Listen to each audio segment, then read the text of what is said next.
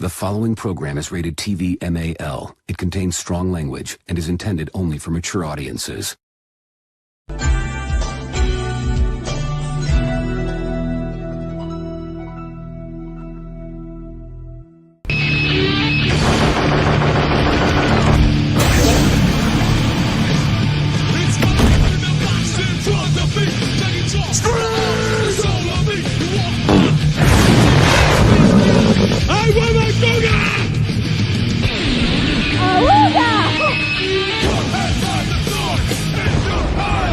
You fucking mark! Yeah, you are a mark, Netflix, for that piece of shit Jake Paul, not Logan Paul. Logan Paul was even in the damn fight. I'm talking about Mike Tyson. Come on, that fight was a waste of time. It was a waste of my time. I hate it.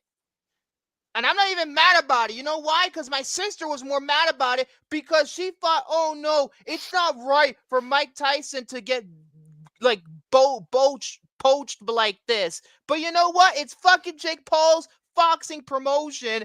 And the fact is that he's going to win because it's his damn promotion. It's not like Mike Tyson's promotion is promoting the damn event. Plus, with the Netflix crashing, yeah. What? What? Satan! I didn't need to know that. The fight... No, it was not. It was not the greatest of all time. Oh my god. I didn't with that boxer watch the movie about. Oh yes, I did see that you watched The Hurricane. The Hurricane is a great movie. That is a phenomenal movie. We're both equal on in terms of grading it on Letterboxd. I gave it a 4.5. He gave it a 4.5. Well, we're not going to be unequal today. Let's put it that way. Because let's see. I saw this review soar and I saw it. We'll see what happens here. No, I didn't want you to take off your pants. I mean, because of those Sailor Moon pants. Not like, oh God. The fight between Johnny and Mark in the room is more convincing. Yeah, it was.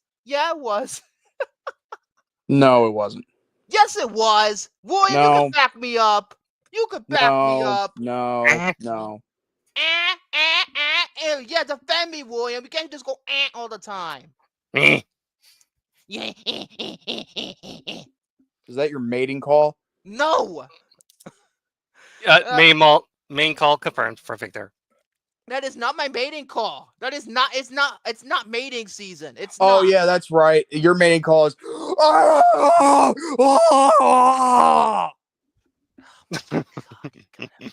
How's it feel then? Let's get naked.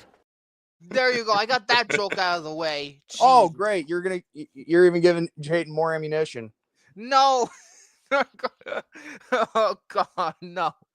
Yeah, he's got more ammunition for his minigun. Oh For his Jesus. minigun. Are you kidding me?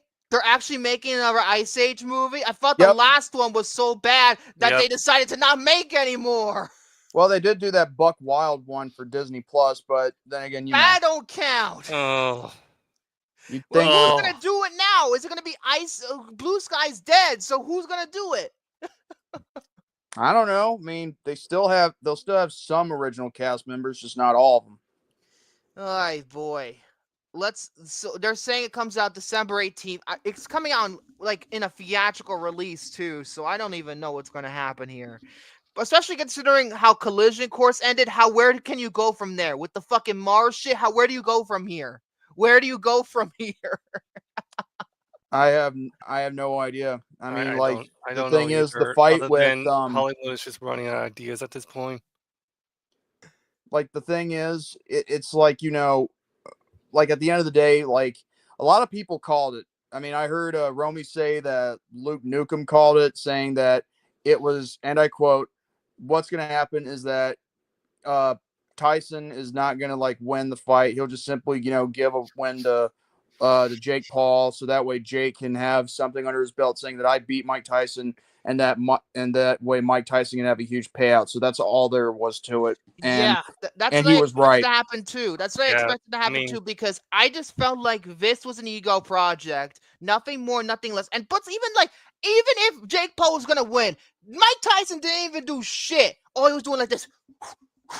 Yeah, I know. I'm like, He wasn't I'm even. al- He didn't even give a fucking punch. what is it?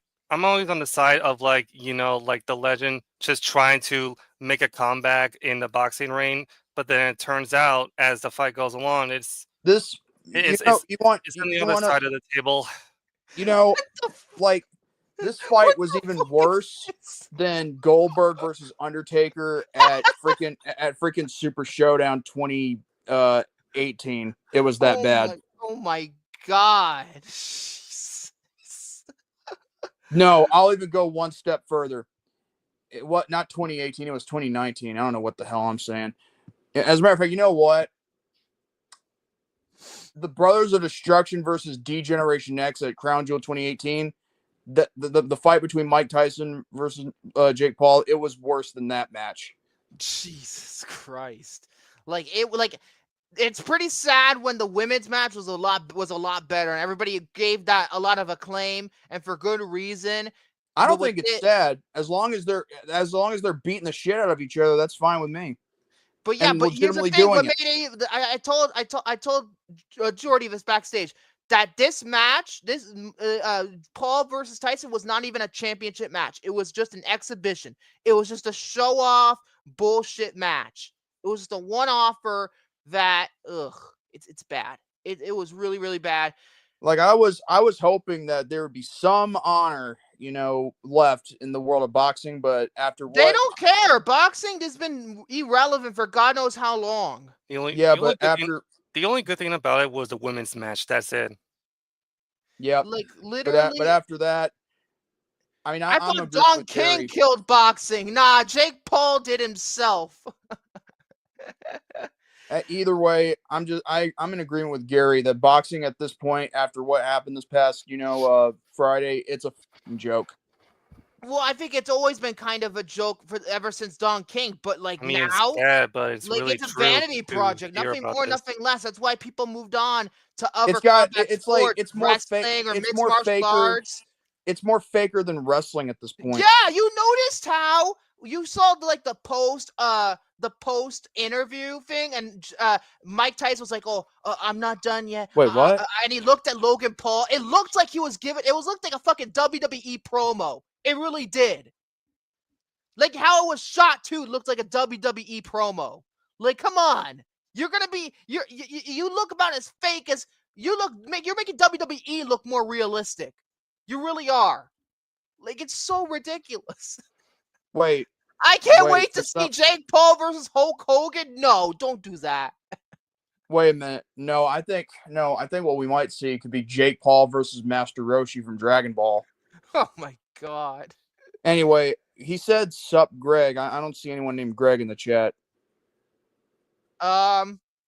Maybe it's I don't Greg. don't see him either. Maybe that's Greg. This guy. Maybe this is Who Greg. who DJ Sombrero? Yeah, I think it might be. This might be Greg. This might be the Greg. I don't know. Chan knows him. You know. Oh, okay. Never mind. Thanks for confirming, DJ Sombrero. Or Jake Paul. Muhammad Ali's dead. Oh right, we're gonna fight a hologram. That's what you're gonna do. You're gonna fight a hologram of Muhammad Ali. Cut me a break. No, I haven't seen the trailer for the remake. No, of I How think to The Train Rock. Your I mean, Dragon. The Rock could play the role for Muhammad Ali. Oh, speaking of which, let's just get Red One out of the way. Like, good lord, that movie bombed so bad, and I've seen everybody shit on it. Everybody. Like, dude, I have seen so many YouTube videos this past weekend saying, oh, like, Red One is one of the worst movies of the year. People are saying The Rock can't act anymore. I'm just like, Jesus Christ, what did everybody expect from Red One? It looked like shit from the fucking commercials that I saw. Like, dude. Here's the thing, though. I didn't think it was going to amount to much, but then again, it's a movie starring Dwayne Johnson. But here's the thing: he has nothing to worry about, even if it's getting shit on. You want to know why? Moana 2, that's why. Yeah, that's the ace in the hole. So Rock has nothing to worry about if it becomes a big success. Yeah, Yeah. even Austin Punham did a recent review of Red One, and he even thought it was like not that great either. Yeah. Like I said in the film forums, like a couple days ago, like even like I mean, it's a win-win situation for The Rock. Even if it looks like a win-lose situation, it's still a win-win. He's got 2 movies that's coming out simultaneously in this month, and on top of that, Yeah. he's gonna like, you know, he'll get a lot of praise, he'll get a lot of money out of it, and guess what? Tanner actually agreed with me. You know, he agreed. Yeah, pretty much. He agreed that, you know, The Rock's got nothing to worry about. Jayden, this is legitimately this comment. What the fuck? Frankly, what the fuck? What? What the fuck is this? Red 1 is better than all the seasons of Lost combined?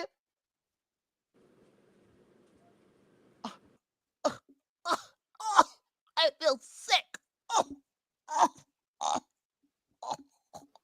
Are you gonna sound like that blue-haired bitch that cried, you know, and had a little bit of a meltdown?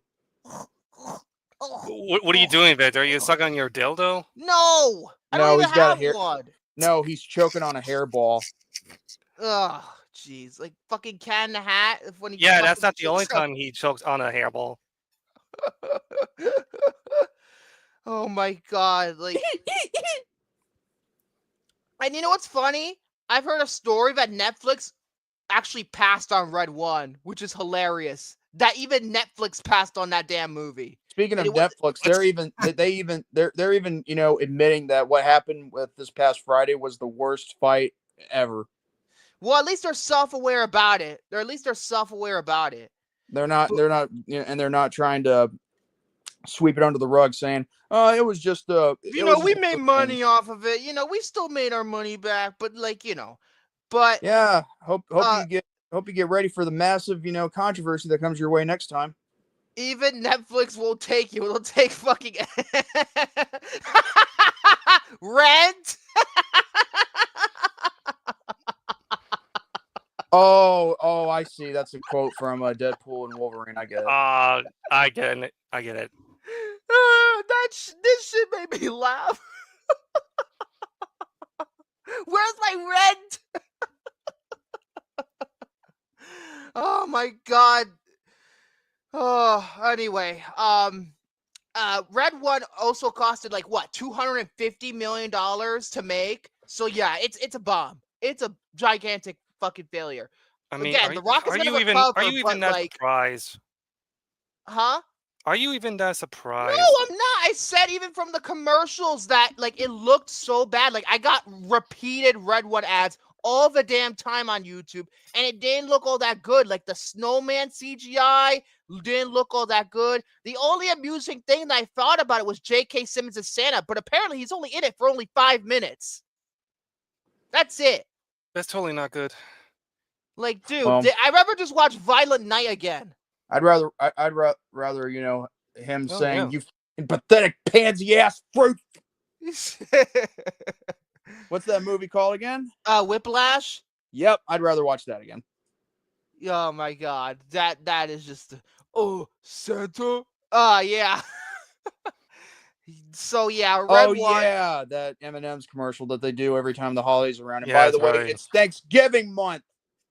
It's gonna happen. I think it's by Thanksgiving Day parade next Thursday. It's gonna show up again. It's gonna show up again, and I can't wait. It doesn't matter. It's just like, you know, all they do for the Christmas I like stuff. that commercial, for the record. It's a classic. Yeah, I do. I do. I too. get it. I'm not dogging on the commercial. I'm just simply saying the reason why they're doing this early, like, you know, for Christmas, is just for money, just to try, you know, get and also have everything set up before Christmas. But yet we got a month before we have to, you know.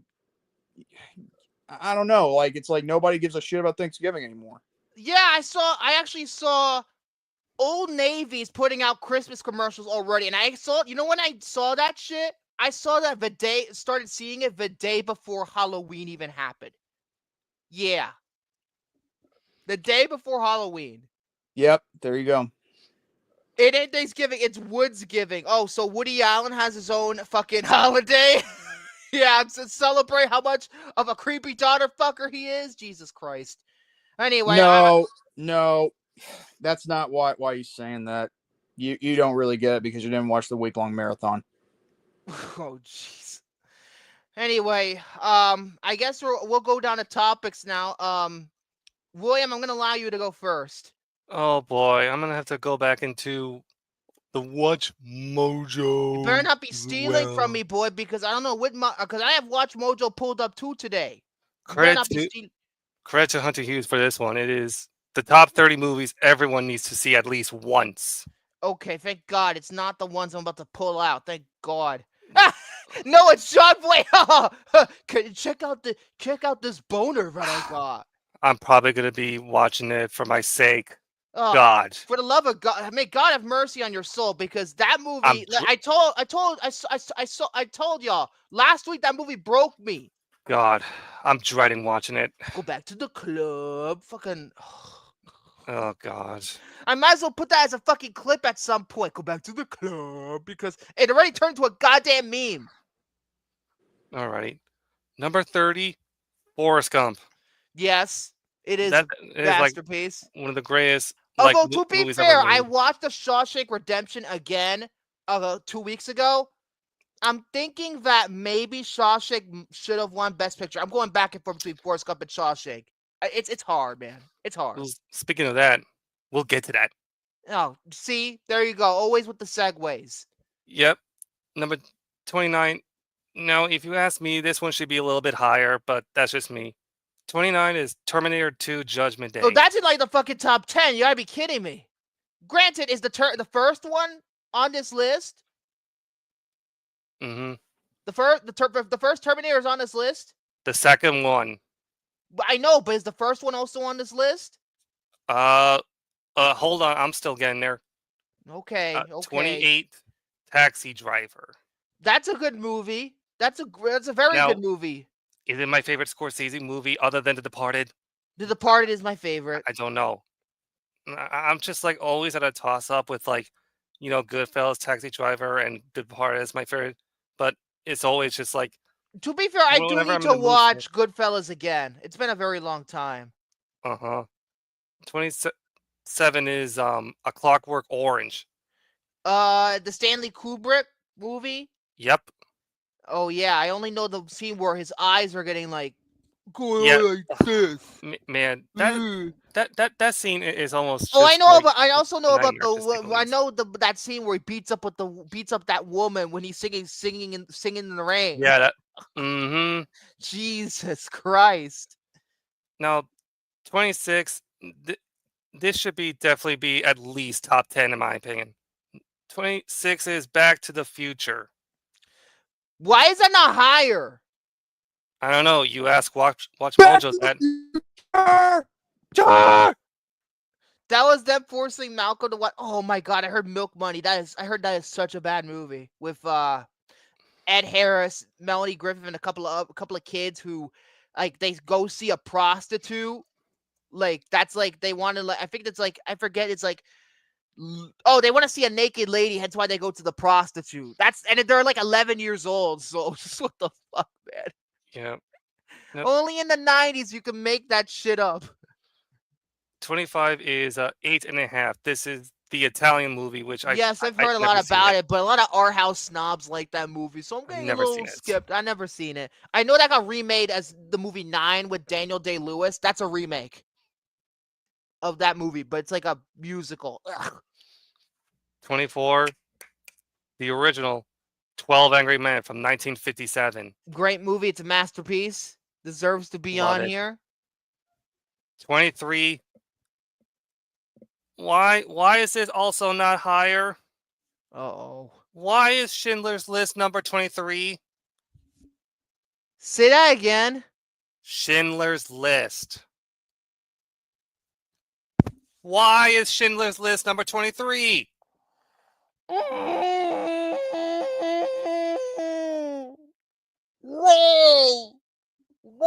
Why? You realize Spielberg literally was depressed when he made that damn movie, Like, and he he had to almost call Robin literally- Williams he literally broke because down. to give him humor. Well, I think Robin was looking on Mrs. Doubtfire when he was calling him to give him all this humor because Schindler's List is one of the most depressing movies ever made, if not the most depressing.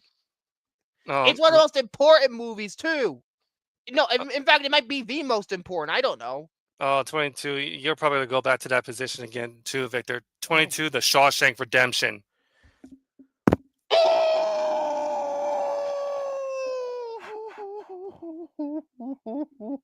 Does that cry sound familiar, Jordy? Yeah, it sounds like that blue-haired bitch who gets misgendered.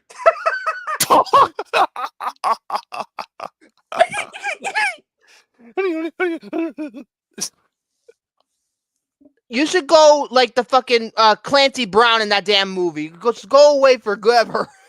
Speaking of which, Clancy Brown is gonna be in this movie we're gonna talk about tonight. Fucking Clancy Brown.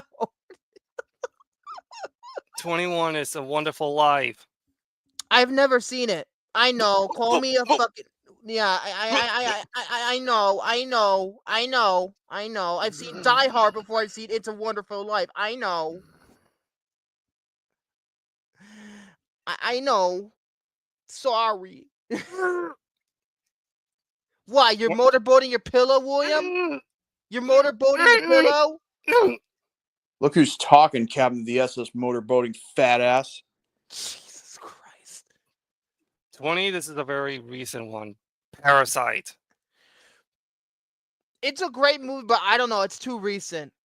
It's too recent for me. I think it's too recent. Number 19 is The Breakfast Club. Absolutely, although it should be a little higher. Is it because it has Asians in it? No. Because The Breakfast Club is a great if it would have had movie. agents, Jory, what kind of agents would it have to be? It would be the ones with Waverly in it. Oh, Jesus. Oh, that's the Joy Luck Club. My bad. Up. The Breakfast Club. They're all white. Not black. Like seriously. Like, seriously. Even I know what the joke came from, right, Jordy? You know why as of last night. Oh man, we were just like having like a call last night, and I was just like, oh, now I know where it originated from. 18 is, jeez. To me, this is the best Western ever made. The Good, the Bad, and the Ugly. I've never seen The Good. I've never seen a lot of Clint Eastwood's westerns. The only one I've seen. The Good, the bad, and the ugly. Okay, so we've got the good. That would be Austin Putnam. The bad, that would be Gary Newkirk, and for the ugly, Jerome Latimer. Oh Jesus. Oh gosh. I know. I'm gonna need Jesus after tonight. But yeah. What's next? Next one, Singing in the Rain.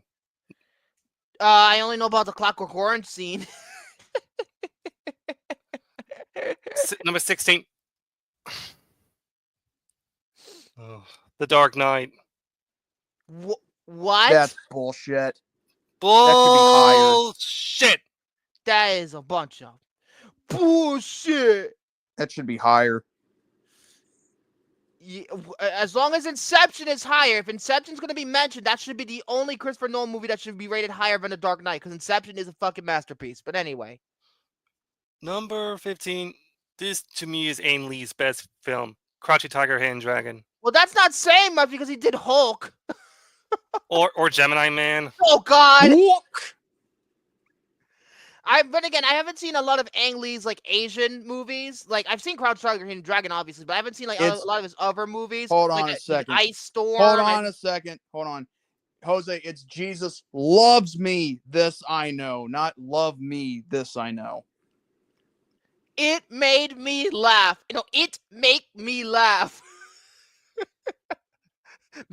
What do you call it? Peter Vo? Yeah, the dumb hoe.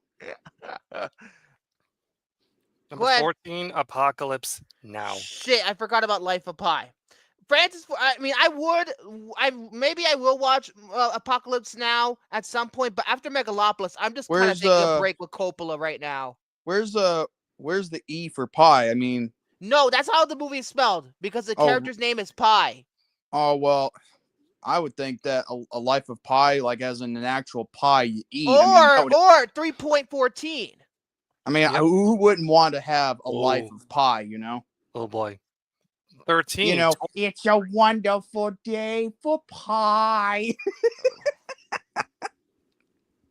Oh my god. Yep. Next is Toy Story. Yeah, absolutely. Wait, what number is Toy Story? 13. That's good enough. I think that's good enough. Nah, that should have been top 10. Oh god, don't remind me about that scene where Rudy Mara's eating that damn pie. No, 10 minutes? Eating it for 10 minutes, doing nothing, and then she goes frozen up, and it's dragged out so long to the And- point where you could actually take a bathroom break and not miss anything. And there's one scene too where like the ghost starts breaking shit with the family that moved into the house, whatever. 8 minutes. 8 minutes, excuse me. Yep, exactly, Hunter. A pie eating scene for 8 minutes, folks. Oh my god. That's like watching Garfield, sleep for about an hour, except there's nothing but an hour of sleep. Which is fine because I use rain noises for sleep. I use ASMR for sleep. Number 12 is You the sassy Maltese bitch. Falcon. Wait, what? The Maltese Falcon is Oh number yes, 12. I've heard a lot about that movie. I heard that's a classic, but again, a lot of older movies I haven't seen, so Much better.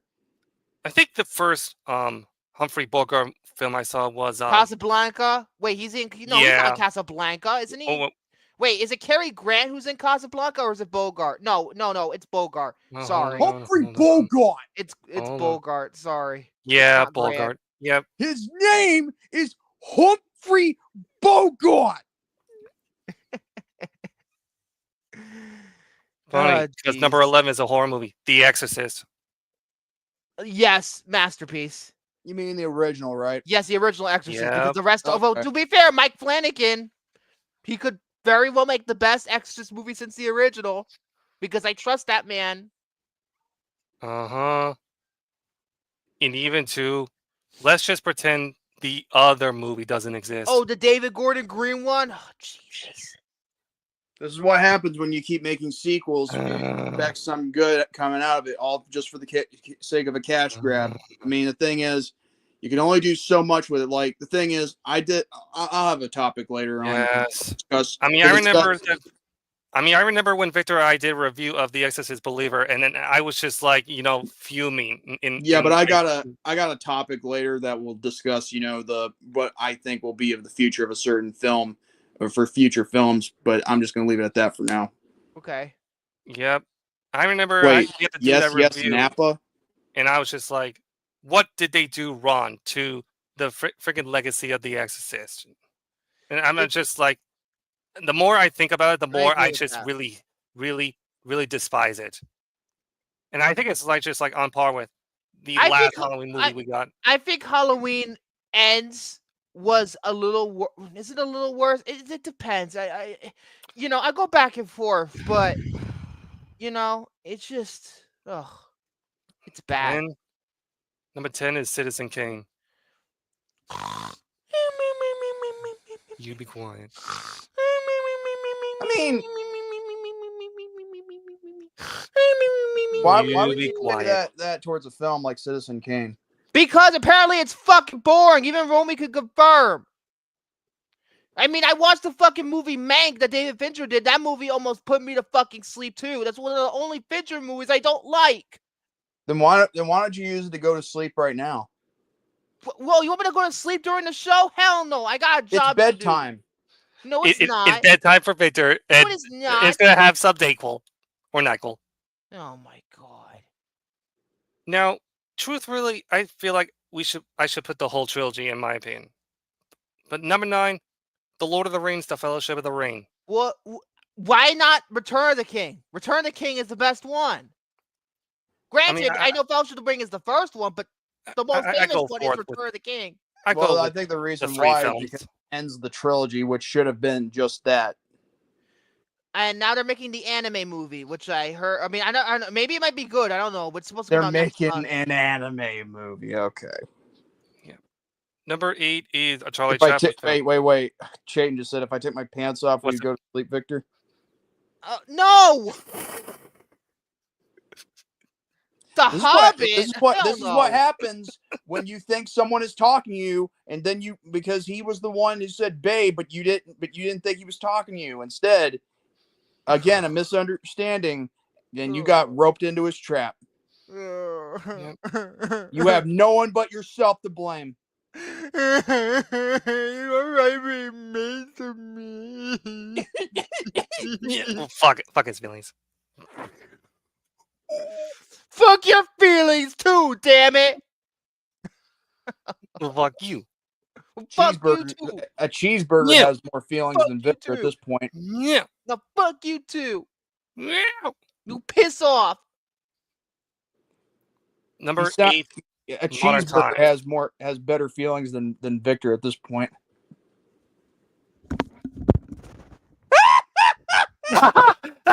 he left. Rage quit. Rage quit. Anyways, number 8 is Modern Times, which is a Charlie Chaplin film, which I've never seen before. You might want to repeat that. Number 8 is Modern Times, the Charlie Chaplin film. I haven't seen it. People hurting my feelings. 7, Gone with the Wind. Oh, 4 hours. Hey, although to be fair, I gave you this. If I could find the damn clip. Frankly, my dear, I don't give a damn. That wasn't Revenge Return of the King, like 4 hours with the extended version. The extended version's like 4.5 hours. The theatrical's about 3.5. I'm surprised, even 4.5 hours, man, that's too much for a movie. I'm not gonna lie. This is why I watch the theatrical versions of the Lord of the Rings movies. Especially on your first time you watch the theatrical version. You do not watch the extended cuts on your first viewing. You only watch the theatrical versions. Mark my words, it's the best experience you could ever possibly do. Yep. Number 6. Anyway. Star Wars. Yeah. Wait, which one? What else? A New Hope, of course. Don't call it A New Hope. Well, he was asking which one it was. I was asking because there are certain types of titles for Star Wars nowadays. I mean, I'm going by the original title. Okay. So it's from 1977. Okay. Yep. Star Wars. And no, it's not A New Hope, so shut the fuck up. Oh, now you don't say it's not A New Hope. I'm gonna fucking call it A New Hope so I can piss both Wait, of you A off. No Hope? Mean. Oh my god, folks, what? you heard it here, what? folks. He just said A No Hope. No, I didn't say A No Hope. What? I said A New Hope. You said it. No, I said A New Hope. No, you said A New Hope. No. But us bloody Americans are gonna call Sorcerer's Stone and we're gonna call it Sorcerer's Stone still. We're not gonna call it philosophers. Philosophers. The fuck J.K. Rowling. I care about what Chris Columbus did, and he called it Sorcerer's Stone. If they're not hope. God damn. Number 5 if there is no hope, you stupid gimp. Number 5 is 7 Samurai. 7 Samurai? Oh, yep. I know that's getting a Criterion 4K. I think, is it already out yet, or is it coming out next month? I really have to check again. I don't know for sure, but number 4, Psycho, 1960. Great movie, although the twist has been ruined thanks to pop culture ruining it for everybody. But it still holds up pretty well. 3 is 2001: A Space Odyssey. Stanley Kubrick. Hal. I'm sorry, Dave. I'm afraid I can't do that. And the fucking monkeys at the beginning. That's racist. What? But they were apes. I know. You're a damn dirty human. That's not how that works. Yeah, he's one of them. That is not how that works. Number 2 is The Godfather. And number 1, The Wizard of Oz. Wait, are they original? What else? There is no other movie called The Wizard of Oz. All the other Oz movies that just have Oz in the title. I Like Return asked to Oz. William the question, numbnuts, not Yeah, it's the you. first Godfather. Like the first God. Okay, so this is Wizard of Oz, the one that we all know and love. Yep. Of course it is. Of course. And this, I should probably Dark make a Knight clip. should have been higher. This list is kind of because I haven't seen Seven Samurai. The movie's 3.5 hours. I have time commitment issues sometimes. Sometimes, not all the time. And that's my topic, but this list is a little bit. It's mediocre at best. Yeah. It's mediocre at best. I could do better. You know what? I'll try and do better. I could do better. Watch Mojo list. Here we go. I could do one better. So let's talk about, if I can find it, the 10 hated movies that are gradually becoming liked. So I guess movies that are getting like reappraised, essentially. All right. Oh god, this better not be good. Number 10, Miami Vice, 2006. Oh, we're off to a bad start because I heard a lot of people who don't like this movie. Yeah, and this is one of those movies too where it's like the beginning and the end of Michael Mann's Mann, career. I don't even with Ferrari, I think he hasn't recovered, man. He should have just retired after Collateral, to be honest. I know. I mean, he also got like this new movie coming out, and I don't know how that is going to be. Wait, he has a new movie coming out? What is it? I believe. Oh, it's He2, isn't it? I believe so. It's but He2. I don't know how he's going to cover after Black Hat, which I've heard is a steaming pile of garbage. Well, technically, he did made Ferrari after Black Hat, but I heard that wasn't so good. That was last year, I believe. Yeah, last year. So we'll see. He2, I heard, was a really good book. Is it going to be a good movie? I don't know. Next up, number 9. Oh, I can't talk about it because when I say the title, you'll understand. Number 9 is Marie Antoinette. Kirsten Binge, save it for the ranking. I have a lot to say about it. Save it for the ranking. Which, by the way, if you're wondering, I'm getting closer to Melancholia, guys. I only have one more movie before Melancholia.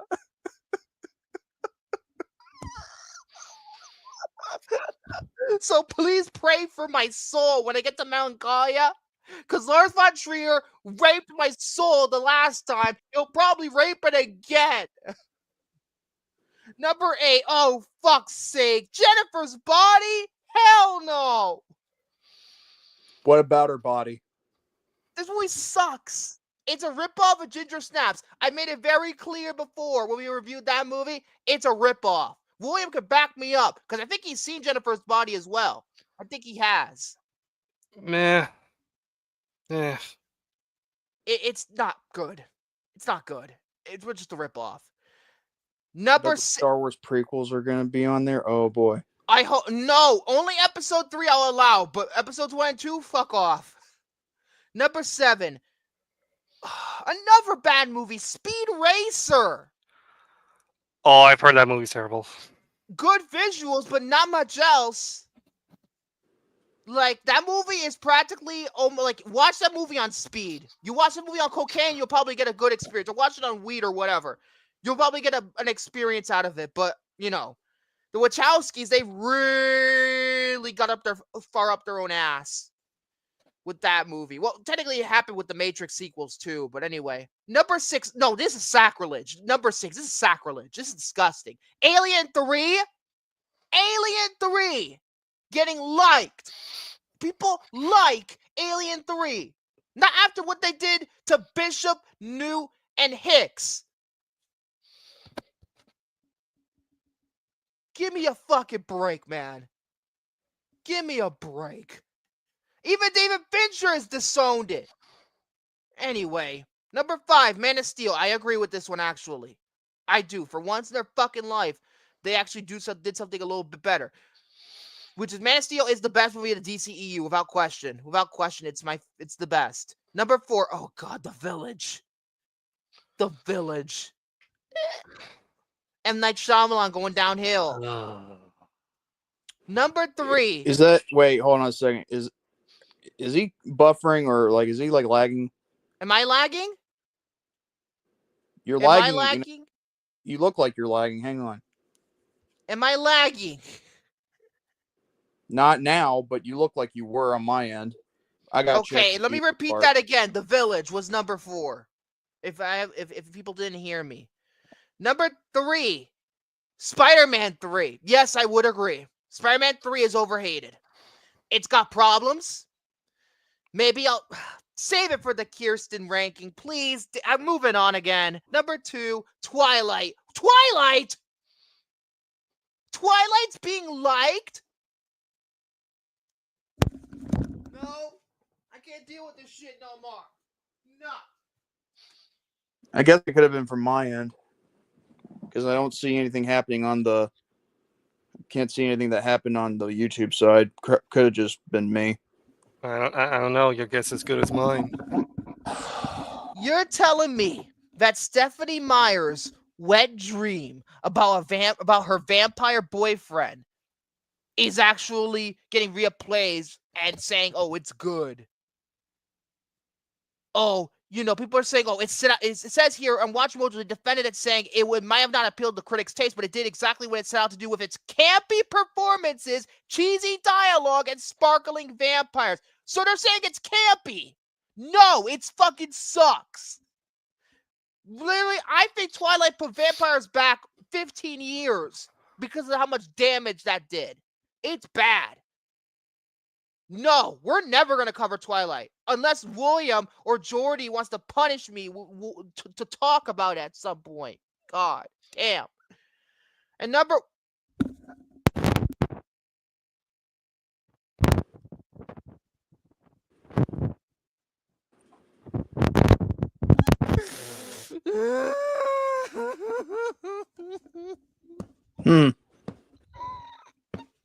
I think he's taking this well.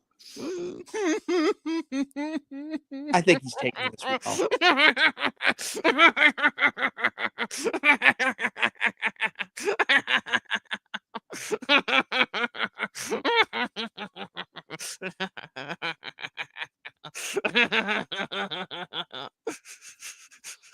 No, it's all of them. I can understand Revenge of the Sith, but the Phantom Menace and Attack of the Clones fucking suck. I hate them. I really do. I hate them. I hate those movies so much. You'll never get me to defend them whatsoever. George Lucas, he's a visionary. That man's a visionary, but he cannot direct actors. He really can't. And you could argue he can't write scripts. If Lawrence Kasdan wrote all the prequels, maybe it would have been a hell of a lot better. But he didn't. So, Jesus. I guess I might as well go over another list. Maybe that'll go even deeper into hell because this is bad. Ugh. My brain cells are fried right now. They're very, very fried. And I didn't even think about which one I was going to do. Fuck. I hate Watch Mojo sometimes. They make me brain dead. Oh boy, Jesus Christ. Okay. Let's talk about the top 30 movies that led to huge lawsuits because I'm a bit of a legal person. Well, at least I think I know about legal stuff. So let's talk about it. Oh, yeah. Whoa, what happened to Jordy? What happened to him? Jordy? Hello? Jordy. What the hell happened? What happened to him? Oh, what? Whoa, that's laggy. That was like 5 seconds ago. Feedback. Sorry. I was trying to see if if it was my end or not. Okay. Okay. We're gonna start with this list. The top 30 movies that led to huge lawsuits. Number 30 is The Dark Knight. The reason why I went to a lawsuit is because the mayor of Batman, a city in Turkey, which is the capital of Batman County in the province also called Batman, took offense. Granted, the city's name most likely came from body ramen rather than anything comic book related. Still, one might wonder why the mayor didn't sue the creators of Batman or DC Comics. This lawsuit went beyond mere copyright infringement. The mayor even suggested the film was responsible for several unsolved murders. The lawsuit never moved forward. This is petty. He sued it because the I don't know if they even changed. That's a real fucking city in Turkey. Was it Turkey? Yeah, in Turkey. Let's see if they changed the name of it. No, they're still called Batman. There's literally a city called Batman in Turkey. Batman. Yeah, the Batman capital of the world is in Turkey. Number 29. Was a Oh Thanksgiving boy. thing. Huh? I thought the turkey was a Thanksgiving thing. No, I'm talking about the country. The country of Turkey. The country, Jordy. Write it down. Number 29. The Interview. We all know why this movie went to a lawsuit, because Kim Jong-un fucking hacked Sony. They literally did. And apparently it come to the point where, you know,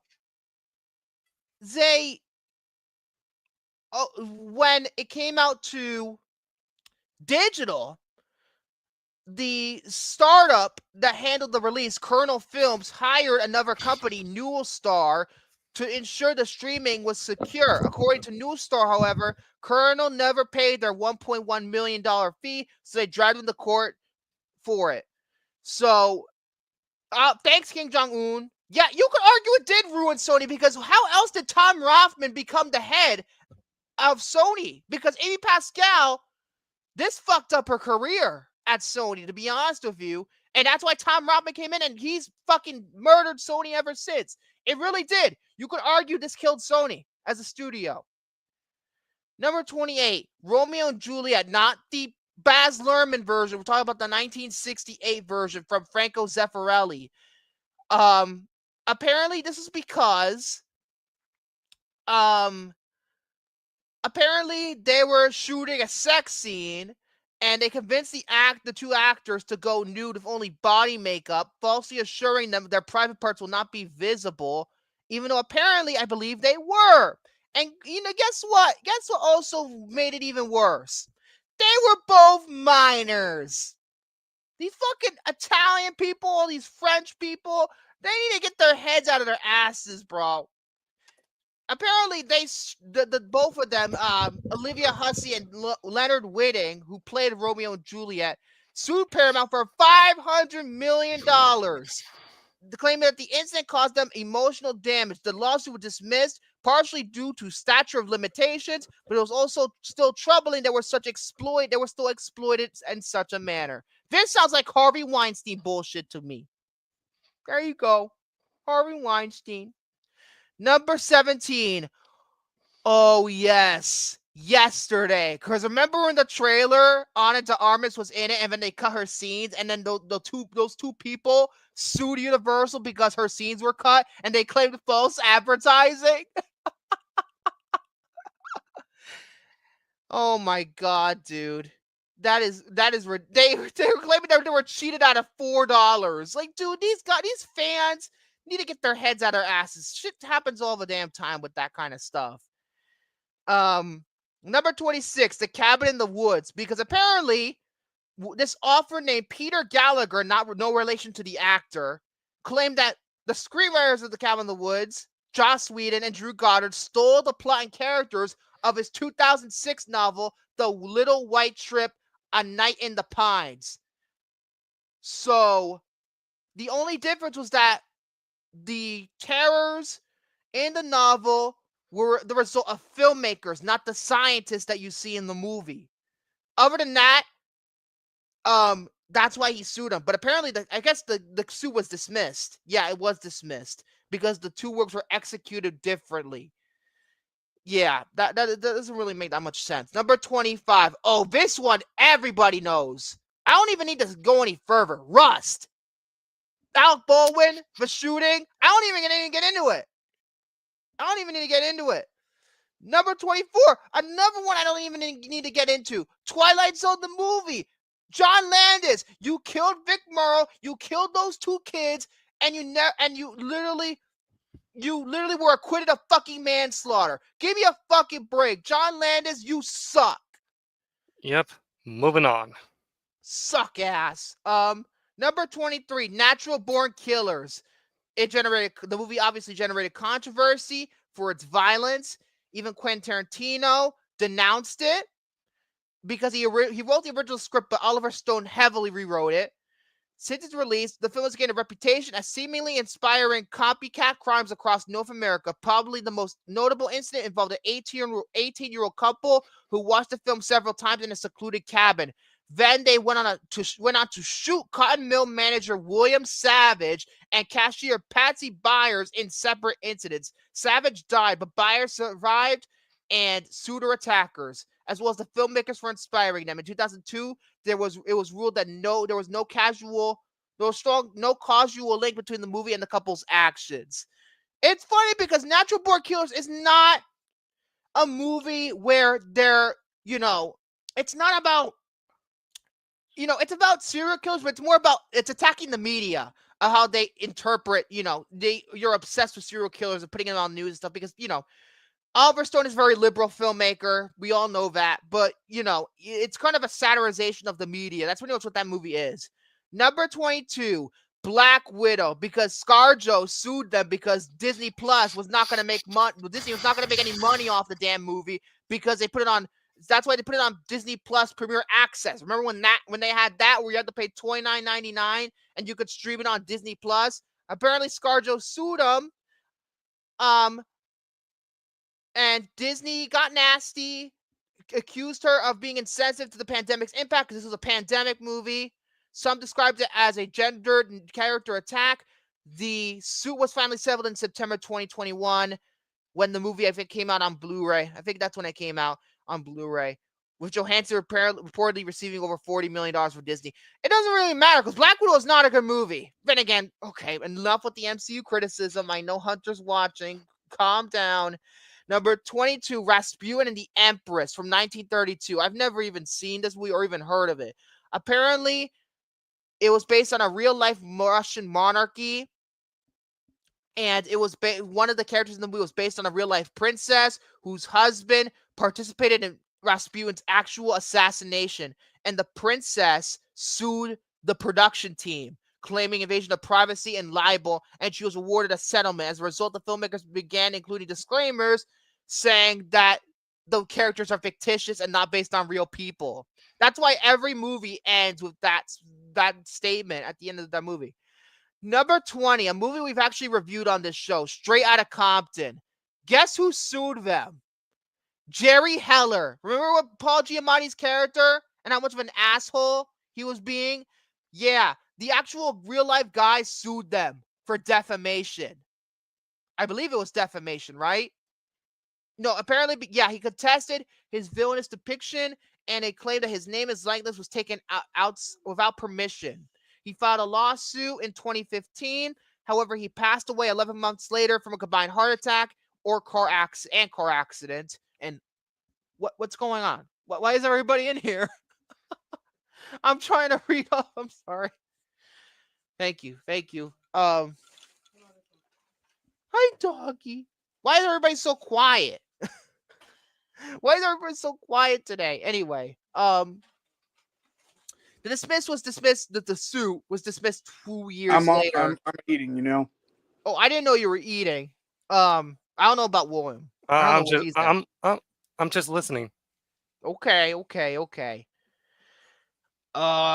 Yeah, I'm just reading it. Yeah, apparently the stress of the movie and lawsuit caused him to suffer the heart attack. Well, considering what he did to NWA, good. Number 19. Oh, yes. This movie. The Devil's Advocate with Al Pacino. It came out in 97. Yeah. Apparently, a sculptor named Frederick Hart noticed that the sculpture in Al Pacino's apartment looked suspiciously like his sculpture, which was in Washington's Episcopal National Cathedral. Apparently, the cathedral and Hart sued Warner Brothers, and the judge claimed they had a substantial likelihood of winning the case. However, Warner Brothers settled with the plaintiffs before it went to trial and said they were forced to make digital edits before the movie could be released for sale. So before the VHS and DVD came out. Copies that were already produced for rental were adorned with a sticker claiming there was no relation between the movie sculpture and Hart's work. Number 18, a movie called Lay the Favorite. It stars Bruce Willis. I guess it was a no, it's not a direct-to-video because it says in 2012, a Bruce Willis movie called Lay the Favorite bombed hard at the box office, grossing only $1.5 million on a $20 million budget. It was later picked up by both Netflix and Amazon, and it was with that map maker Victor Baker, I have no relation, pegged it with a lawsuit. Baker makes and sells antique watercolor maps of various locations around the world, and a map of his featuring Curacao can be seen in the movie. The movie partially takes place in Curacao, as it features sports bettors avoiding American gambling laws. Baker sued the distributors for statutory damages up to $150,000 on the fair market license fee for the use of his map. Number 17. It's a movie I fucking hate. And Cisco and Ebert agree with me too. Reality Bites. I fucking hate this movie. I really do. I fucking hate this movie. This romantic comedy drama served as Ben Stiller's directorial debut. And yeah, it's his worst movie. No. I know a lot of people would say Zoolander 2 is his worst directorial effort. Didn't he direct Zoolander 2? I don't know if he did. I don't know if he did. I know he directed the first one, but I'm not sure if he directed the second one. Because I know Zoolander 2 is pretty bad. Yeah, he did direct 2. So I guess Reality Bites comes a close second. Oh, God. Don't remind Romy about that movie. Oh, my God. No, that was for Lucas. Yeah, there's nothing like getting slapped with a lawsuit on your very first movie. The movie concerns the budding romance between a documentary filmmaker and a floundering young adult named Troy Dyler. Is that the Ethan Hawke character? Oh, for fuck's sake. I think it is the Ethan Hawke character. And he's a fucking asshole in this movie. Like, his character's a fucking asshole. And I like Ethan Hawke, but my God, his character was fucking insufferable. I wanted to go pull a fucking Will Smith and slap the shit out of him. Writer Helen Childress admitted on the 10th anniversary DVD commentary that she wrote the film based on her own experiences, forcing a man named Troy Dyer, who had attended school with Childress, to come forth with a defamation lawsuit. According to him, he was approached by many clients asking if he was the basis for the fictional slacker. Yeah, so it is Ethan Hawke's character, the cunt face. However, the case was settled when Childress proved that Dyer was not the basis for the fictional Dyer. He was Dyer in name only. Really? Has one of the worst scripts of the 90s. It's bad. Number 16, Colossal. This is the one with Anne Hathaway and it's like a monster attacks Korea. The connections to Godzilla are obvious, which wasn't helped by the movie's pitch at Cannes Film Festival, which featured pictures of Godzilla and was described by director Nacho Vigalondo as the cheapest Godzilla movie ever made. Toho took to Voltage Pictures to court. They took Voltage Pictures, which, by the way, are the makers of the After movies. They also produced The Hurt Locker and Wind River, but they're most well known for those stupid After movies. A settlement was reached the setting was moved from Tokyo to Seoul in Korea, and an agreement that Godzilla would not be featured in the movie, or at least a derivative of it. Oh, God. Number 19, Couples Retreat. This romantic comedy stars Jon Favreau. Oh, Vince Vaughn's the lead in this movie, though. Oh, yeah, that's Jon right. Favreau and Kristen Davis as unhappy high school sweethearts Joey and Lucy Tazani. In one scene, Joey enjoys himself to an old photo of Irana Kopernik. She was a model, so pretty much he's masturbating in this scene. Kopernik has previously sold the photo to a stock image company, but she never intended it to be used in the movie's context. As per her lawyer, Kopernik did not contemplate, intend, or consent to use of her photograph or likeness in a quasi-pornographic context. she proceeded to launch a defamation lawsuit and demanded $10 million in compensation. But by signing away the rights to the photo, Kaepernick lost the ability to dictate how it was used. A judge threw out the case, and Kaepernick never saw a dime. This is what happens. You don't sue people after you sell the rights to a stock company, like a stock photo company. Number 14, The Laundromat from 2019. I think this was a Netflix movie. In this case, the elite didn't win. The Laundromat concerns the famous Panama paper scandal, and more specifically, the involvement of offshore. Stop stuttering. Always seems I have a problem with stuttering in this fucking show. Offshore financial services provider Mossack Fonseca. Its founders, Jurgen Mossack and Raymond Fonseca, were respectively played by Gary Oldman and Antonio Banderas. 2 days before the film was scheduled to release through Netflix, both Mossack and Fonseca sued Netflix for defamation and attempted to have the film blocked from release. Netflix called the lawsuit a frivolous legal stunt and argued the movie fell under constitutionally protected speech. A Connecticut judge named Janet Arnington, moved the case to California, and the movie was released as planned. The suit was dismissed after the judge ruled that the film was protected as free speech. Number 13, Happy Death Day. King Cake Baby is one of the most famous images in basketball, serving as the mascot for the New Orleans Pelicans.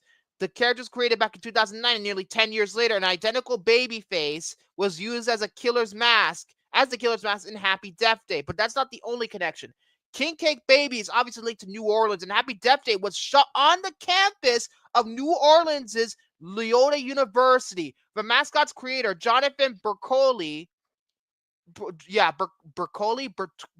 Bercelli, bad with names, realized that the mask bore was striking resemblance and sued Universal and Blumhouse for half of the film's profits.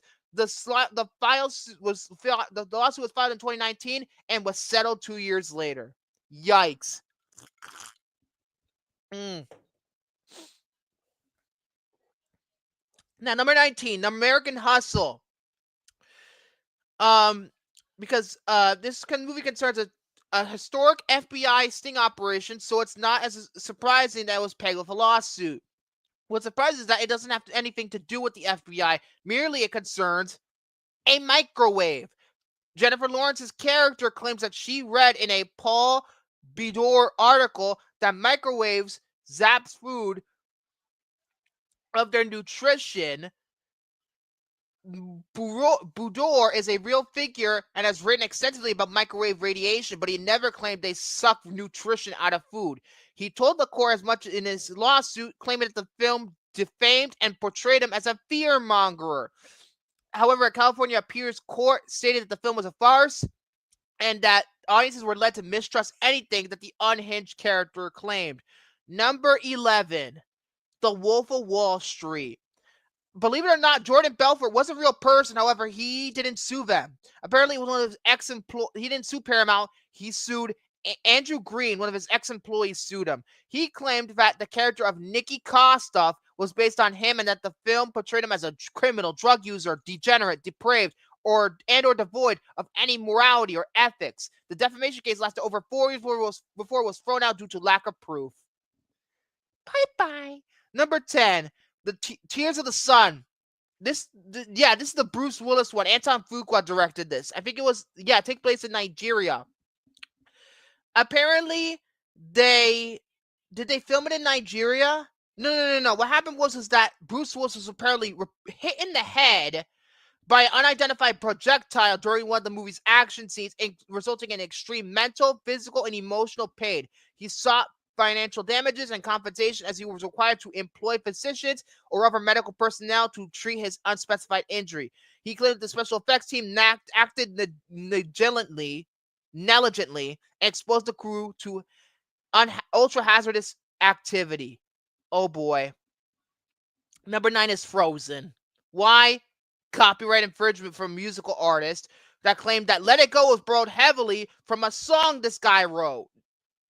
However, due to statute of limitations on copyright claims, the running out of statute of limitations, the case was let go in May of 2019. There's another one that involved an author named Isabella Tani Kumi, who claimed that Frozen was plagiarized her self-published memoir, Yearnings of the Heart. She was looking for $250 million in damages. They threw the case out of court as well. Number 8, 12 Monkeys. Apparently, Bruce Willis is a living, breathing lawsuit magnet. At the beginning of 12 Monkeys, Willis's character, James Cole, is interrogated on an electric chair while weird futuristic strobes probes him. A futuristic spear probes him for weakness. Like in The Devil's Advocate, this Rumen set up board with striking similarities. Oh, I can't read today. I can't read. Oh no. The stroke bore striking resemblance to another piece of work. And an architect, it was a piece that an architect named Lobius Woods made called Neo Mechanical Tower Upper Chamber. And with that, just like The Devil's Advocate happened, Woods actually won the case. He was awarded a six-figure settlement from Universal in exchange for his work's use in the film. And the end credits claimed the interrogation was inspired by his architectural work. Number 7, Avatar. Oh boy, no, yeah, 6 people sued Cameron because the story was quote unquote derivative, blah blah blah. Who fucking cares? I still love Avatar. I don't give a shit. Number 6, and number 2. This movie was. Oh, by the way, with Avatar. Facts. Don't give a fuck about your feelings when I say this. Avatar. It's better than the movie Pocahontas. It is way better than that Disney movie. That's the worst movie of the Disney Renaissance. Facts. Don't give a fuck about your feelings. Anyway, number 6, The Hangover Part 2. The second movie obviously was very divisive, and it involves 3 different lawsuits. One involved Louis Vuitton suing for over a knockoff bag seen and referred to in the film, claiming it was trademark deletion. They lost that one. The second involved stuntman Scott McLean, who suffered a terrible and debilitating brain injury while filming a car stunt. That case was settled out of court, and finally Stu's Mike Tyson face tattoo was subject to a copyright infringement case by Mike Tyson's tattoo designer S. Victor Whitmill. This case, too, was settled out of court for an undisclosed sum. Number 5, Die Hard 2. Mainly because of product placement. Mainly with Black & Decker. Of course, the power tools company. They reached an agreement that the power tool manufacturer would fork over $220,000 in exchange for John McClane using their latest tool, the Univolt cordless drill, on screen. The company was excited about the promotion and even created a tie-in marketing campaign around the tool. However, the scene was cut from the final edit without Black & Decker's permission, and the company was cheesed. They sought $150,000 in damages and won, with 20th Century Fox settling out of court. But the best thing about the story, Black & Decker never actually paid the agreed upon $20,000. Wow. They got it basically for free. Number 4, Blazing Saddles. Hedy Lamarr was a popular Hollywood actress throughout the late 30s and 40s, and apparently a character was named after her in the movie. She sued Warner Brothers for misuse of her name for $100,000, about $500,000 in today's money. Mel Brooks also decided not to fight it, and Warner Brothers sued out of court for undisclosed sum. Number 3, Back to the Future Part 3. This is pretty much because Crispin Glover refused to come back. Why? He wanted too much money. So, because of that, they replaced him with another actor named Jeffrey Weissman, who wore several prosthetics to make him look like Crispin Glover, resulting in a lawsuit in which the real Glover claimed that he used his likeness without his permission. The case is in another court. Number 2, Rocky. Apparently, Rocky was inspired by a match between Muhammad Ali and Chuck Whibbler, in which Wepler went 15 rounds before losing to a technical knockout. Sylvester Stallone was claimed to write Rocky because of that. Apparently Wepler was okay with this fact for over 25 years, but something snapped in 2003 that inspired him to launch a lawsuit against Sylvester Stallone. He saw $15 million, and it was settled out of court in 2006 for an undisclosed sum. Number one, you'll know why this movie is sued. Because if you've seen this movie, you'll know why so many people sued. I'll say just the title of the movie and you'll understand. Borat. Need I say more about Borat? Because considering half the damn movie actually happened in real life, and Sacha Baron Cohen was fucking with most of these people. So let's go over some of these people who sued over the studio and Sacha Baron Cohen for what happened in the movie. The villagers of Godard, Romania, sued, claiming the movie made him look insensuous because, Borat says early in the movie that he's kind of fucking his sister. In South Carolina, resident claimed that Sacha Baron Cohen made crude comments about him. Driving instructor Michael Pazinka sued over his image and promotional material. The man who runs away from Borat in New York sued over public ridicule and humiliation. Two of the frat brothers sued for a defamation lawsuit. Singer Esma Redzopa sued over use of her song, although the filmmakers had received permission. Funnily enough, this is the only lawsuit to kind of win, as she had not been notified by her production house. She was awarded £26,000 of her £8,000 lawsuit. Considering Borat was made to piss people off, I'm not surprised. And that's my list. I'm done talking. Jordy, you could go now. I'm done talking. Okay, so so I was talking in the film forums a while back, and what I've noticed is that, from what I've heard, after, once Sonic 3 is over, like there's like supposed to be a scene at the end credits where, again, like they've done with the previous two films, that there's going to be a new character, coming out, for what's being said, another film. I really like to just stop at 3. I'm going to be honest. It's going to be franchise fatigue if they go one more. I'm sorry. No, that's just my opinion. But that is your opinion. You're entitled to it, but that's fine. The thing is, there's a lot of speculation of what it could be. It could either be Silver the Hedgehog, it could be Metal Sonic, or it could just be, like... What if it's fucking Amy? I think she's going to be in the movie, like the third movie. That's what, it could be possible. No, better yet, they make it about Big the Cat. Well, you just want to see things, like go bad for... Oh, it's a big bad pussy. Oh, that is true. Oh, God. Either way, but also, it's also been said that this movie will, not be PG-13, of course, Sonic 3. I wouldn't expect it to be PG-13. I don't know why people expected it to be PG-13. Probably because I don't understand that. Probably because of the dark backstory of Shadow, regarding, Maria Robotnik's death. I knew it was going to be PG-13. I think they're going to tone down the stuff with Maria. They're going to tone that shit down. They're going to tone it down. Either way, so I have a theory that the next Sonic movie that does come out after 3, it will come out in 2026. But if they don't stop there, then at least if they do a 5th and final one, I have a theory that it could be in 2028, because I don't think we've ever had a saga of films be done in a decade, because it's been in 2 separate decades, like with the Fast and Furious. Like, granted, and the MCU, I think let's not forget about the MCU with their sagas. Yeah, well, that's true. And then there's the X-Men, but still, they never could stay in one decade. Now, granted, X-Men did create more films in the 2000s, from 2000 to 2009, because they had 4 films. They also covered the 2010s, but at the same time, they were never to end like a saga or whatever in the same decade they started in. And plus the whole thing with Days of Future Past, it felt like, in 2014, it felt like pretty much a soft reboot almost. And of course, Deadpool was a spinoff, and I swear they did another. Logan was another spinoff. So yeah.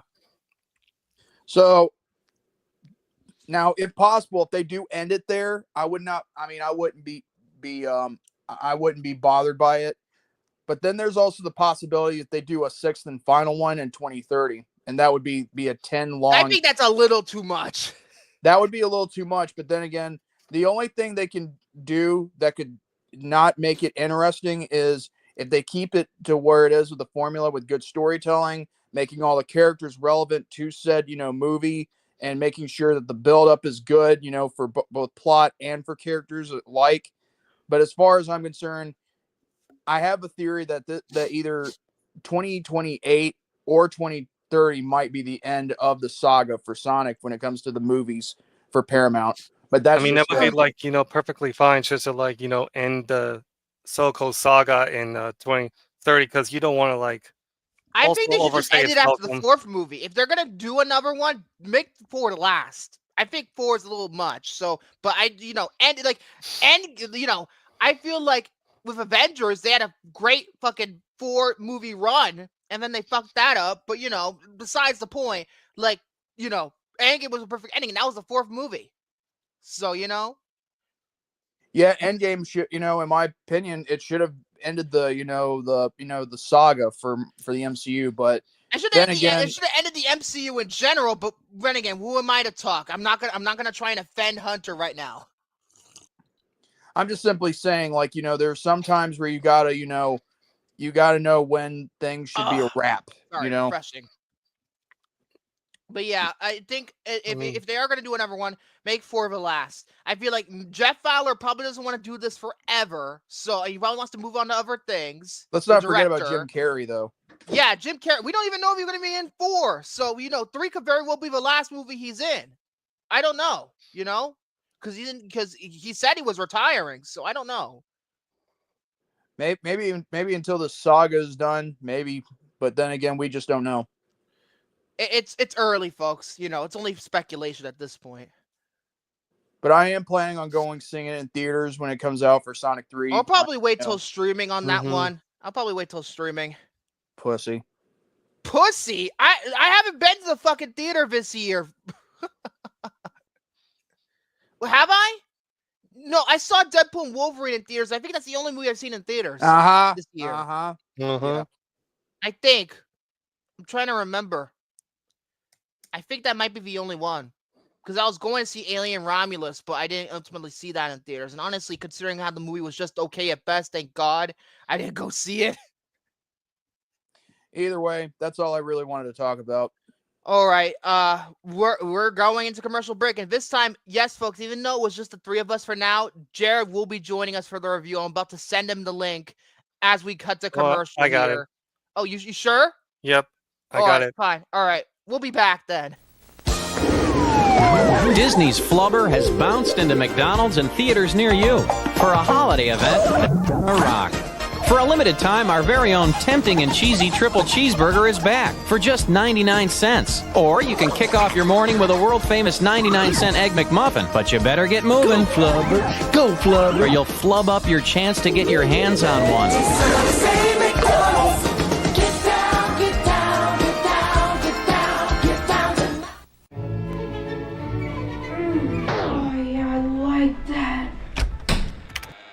We do not do that in this house. What? Oh. Never mind. Why do you guys like to eat in the bedroom? Oh my!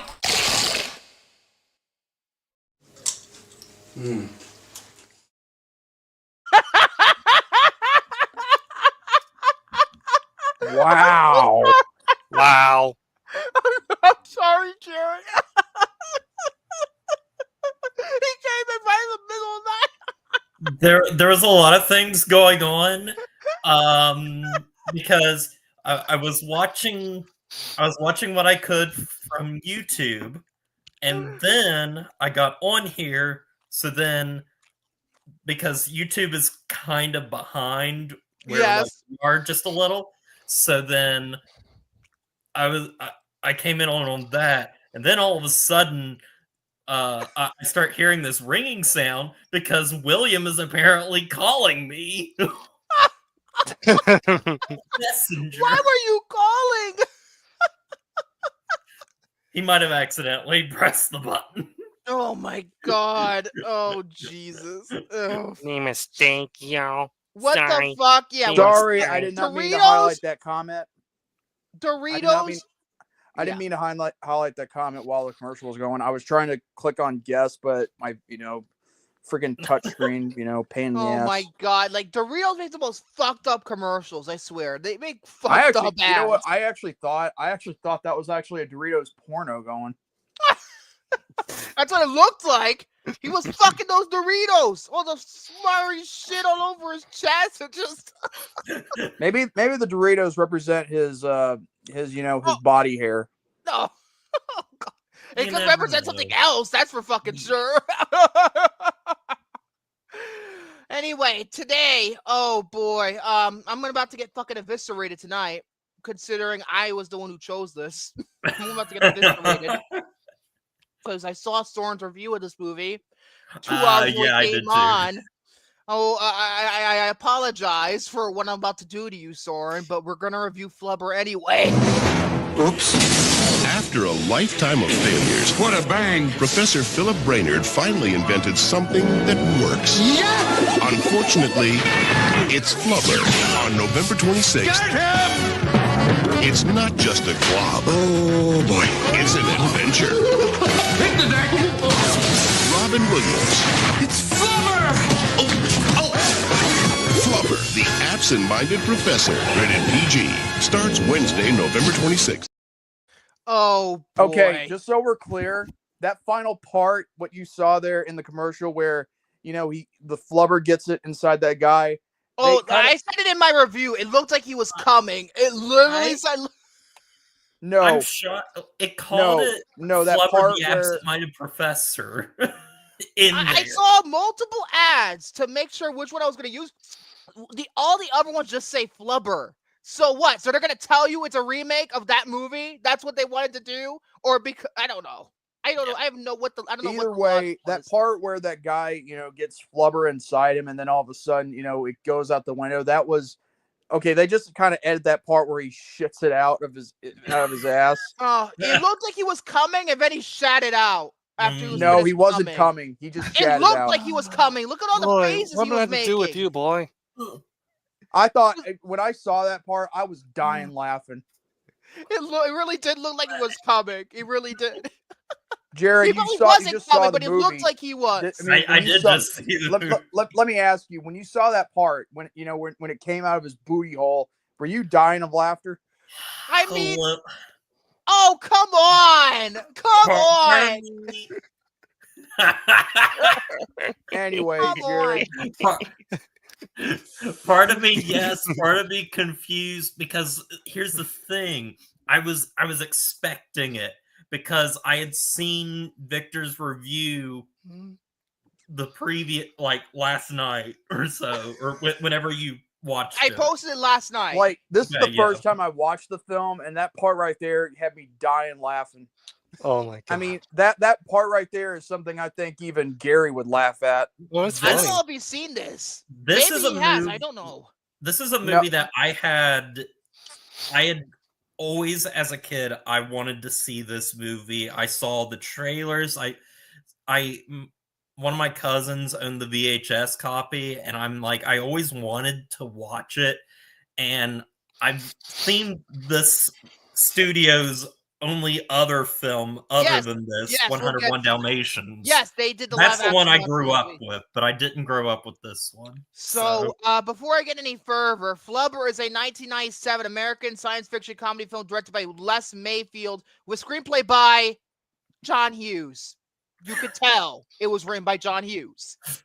Based on the script, The Absent-Minded Professor, written by Bill Walsh, which was also based on, in turn, by a story by Samuel W. Taylor, produced by John Hughes and Ricardo Mestres, starring Robin Williams, Marcia Gay Harden, Christopher McDonald playing the same fucking character he always plays, Raymond J. Barry, Clancy Brown playing a villain again, and Ted Levine playing a villain again. Released on November Ted Levine, that guy, he was Buffalo Bill.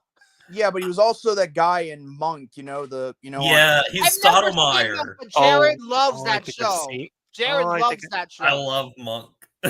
I think I've heard of that. Yeah. By the way, he said, okay, Soren just said I saw it this afternoon. Frankly, I could not stand it. Well, here's the thing. I mean, people have their own different views of how they look at a movie. I understand why, and we'll get to it in just a moment, because I saw Jared's rating on it. Like, here's the thing. I'm going to give my opinion on this movie. Like, again, I'm not going to say it's a great movie or it's a terrible movie. I'm just simply going to give why I think I kind of like it, but I don't consider it, probably the GOAT of all films. The GOAT. Anyway, released. Yeah, on that's what. Yeah, and I want you to blat for me, will you? Go blat yourself. Yeah, Blat. Blah. No. Oh, okay. So go okay, if I can get this last piece of information through, released on November 26, 1997 by Walt Disney Pictures and Great Oaks, like Jared said. We'll get to the history of Great Oaks in just a second. The logo, their logo is literally a nut on a fucking leaf.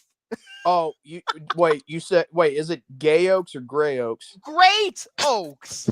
That was John Hughes' company for like 2 fucking movies.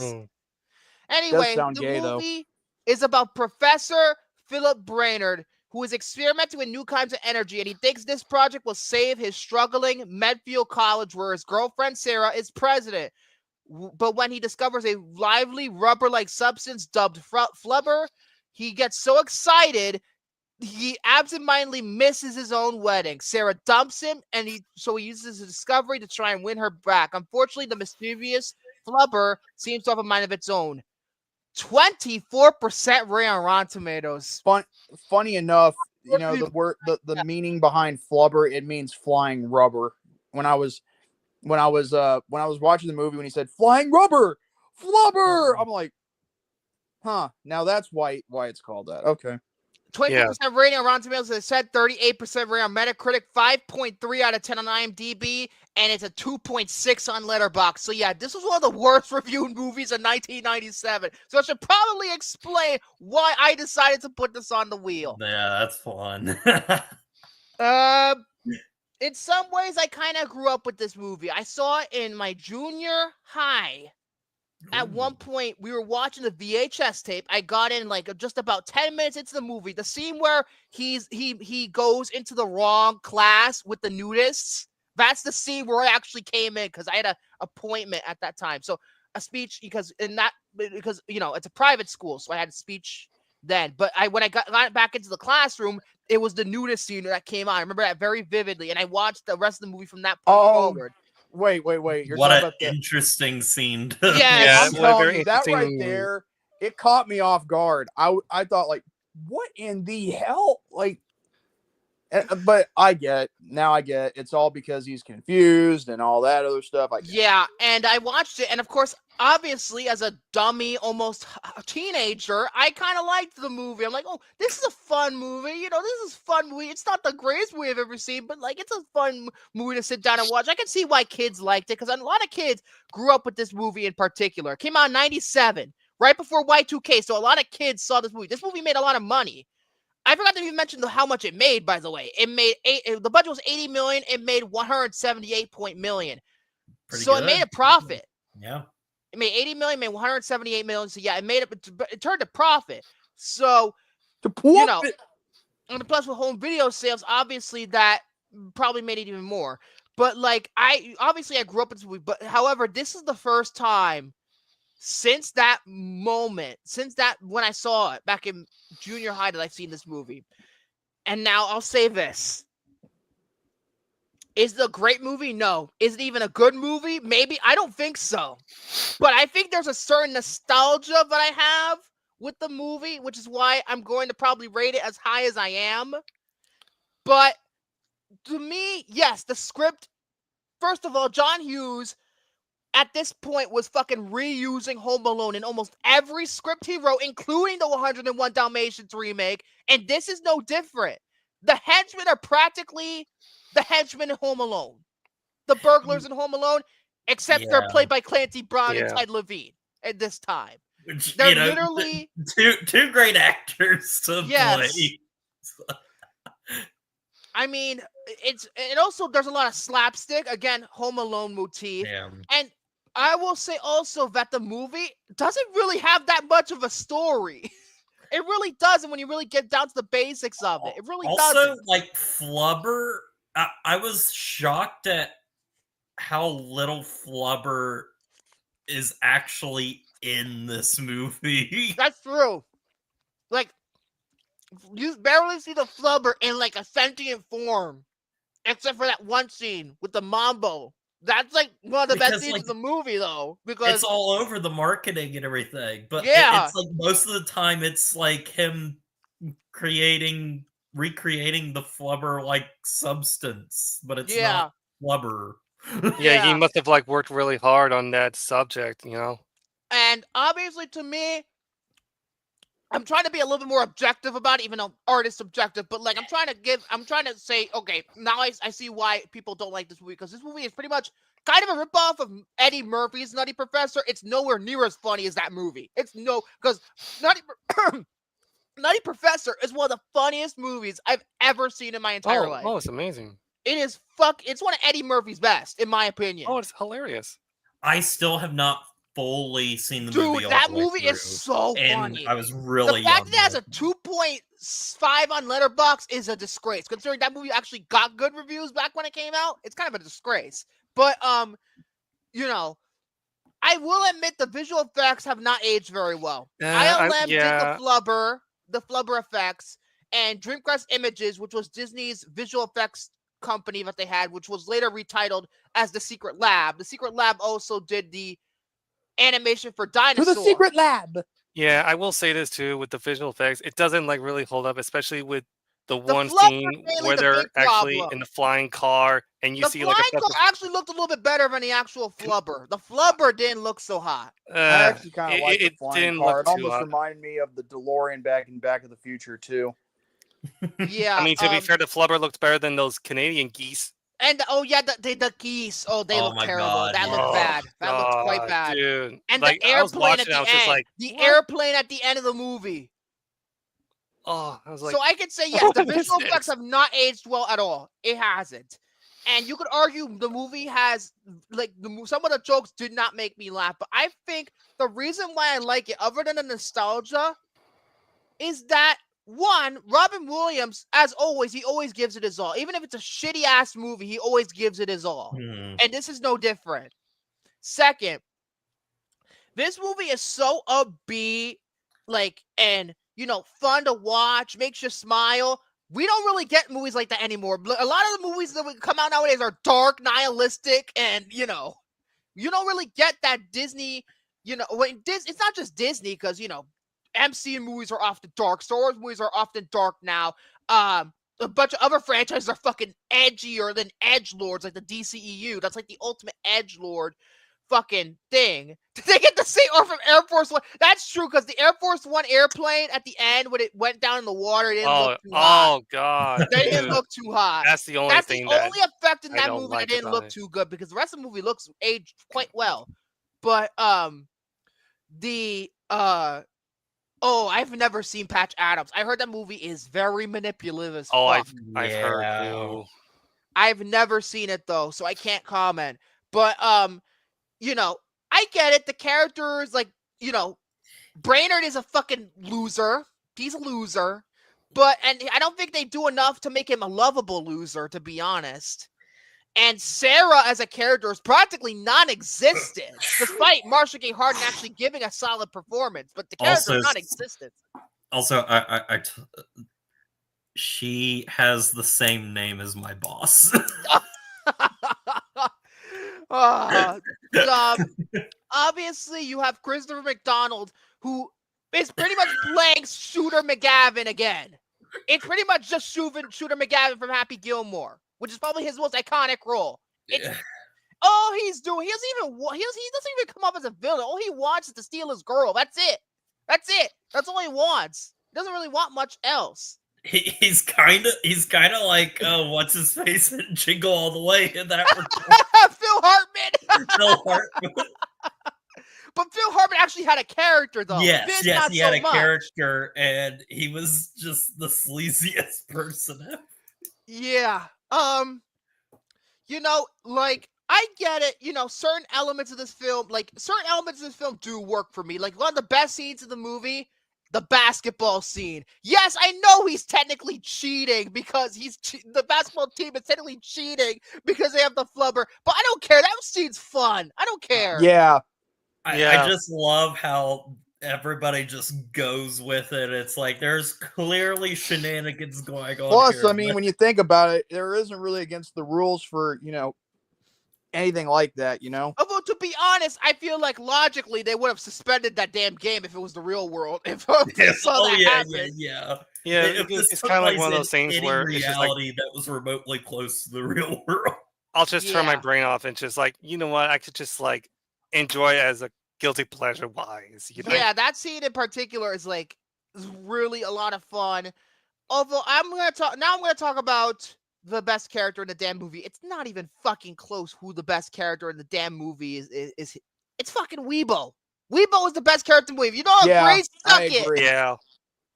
And the character. Jodie Benson voiced this character. Yes, Ariel for the Little Mermaid. But Weebo, she's my favorite character in the whole movie. She has probably the biggest personality out of anybody in the movie. They developed a personality more than actually the human characters, I would argue. Also, CGI moments with her are not bad. They're not the worst either. Although I see some of it is practical, some of it is CGI. Depends on the shot with Weebo. But some of it is practical, some of it is CGI. But the character, I just like the personality, the snarkiness, the fact that she pretty much precedes Bumblebee because it's pretty much just a precursor to Bumblebee in Michael Bay's Transformers, except with a screen. I just think this character is a lot of fun. I really think, although I think they made a mistake killing her off. That's like, dude, what the fuck? Why are you standing there? Oh, you can say you can fix her. You can fix her. How about go up the fucking stairs and fucking fix her rather than worrying about, oh no, she's dead. I'm like, you took too fucking long, asshole. You gotta have that dark into the second act to get into the final act. Well, hold on a second. Hang on a second. This is how I see it. I mean, think a bit like this, with the character, Phil, that's the guy, that's who Robin Williams is playing. Yeah. Okay. He had a little bit of a deep connection with, Weebo, and granted, I mean, he kind of treated, Weebo like more of a person rather than a machine. And I think he was so emotionally, attached. He didn't know what to do. Like he didn't know if he could commit the act to save her, even though if he was talking, he was so emotionally attached. That's my opinion or theory on it.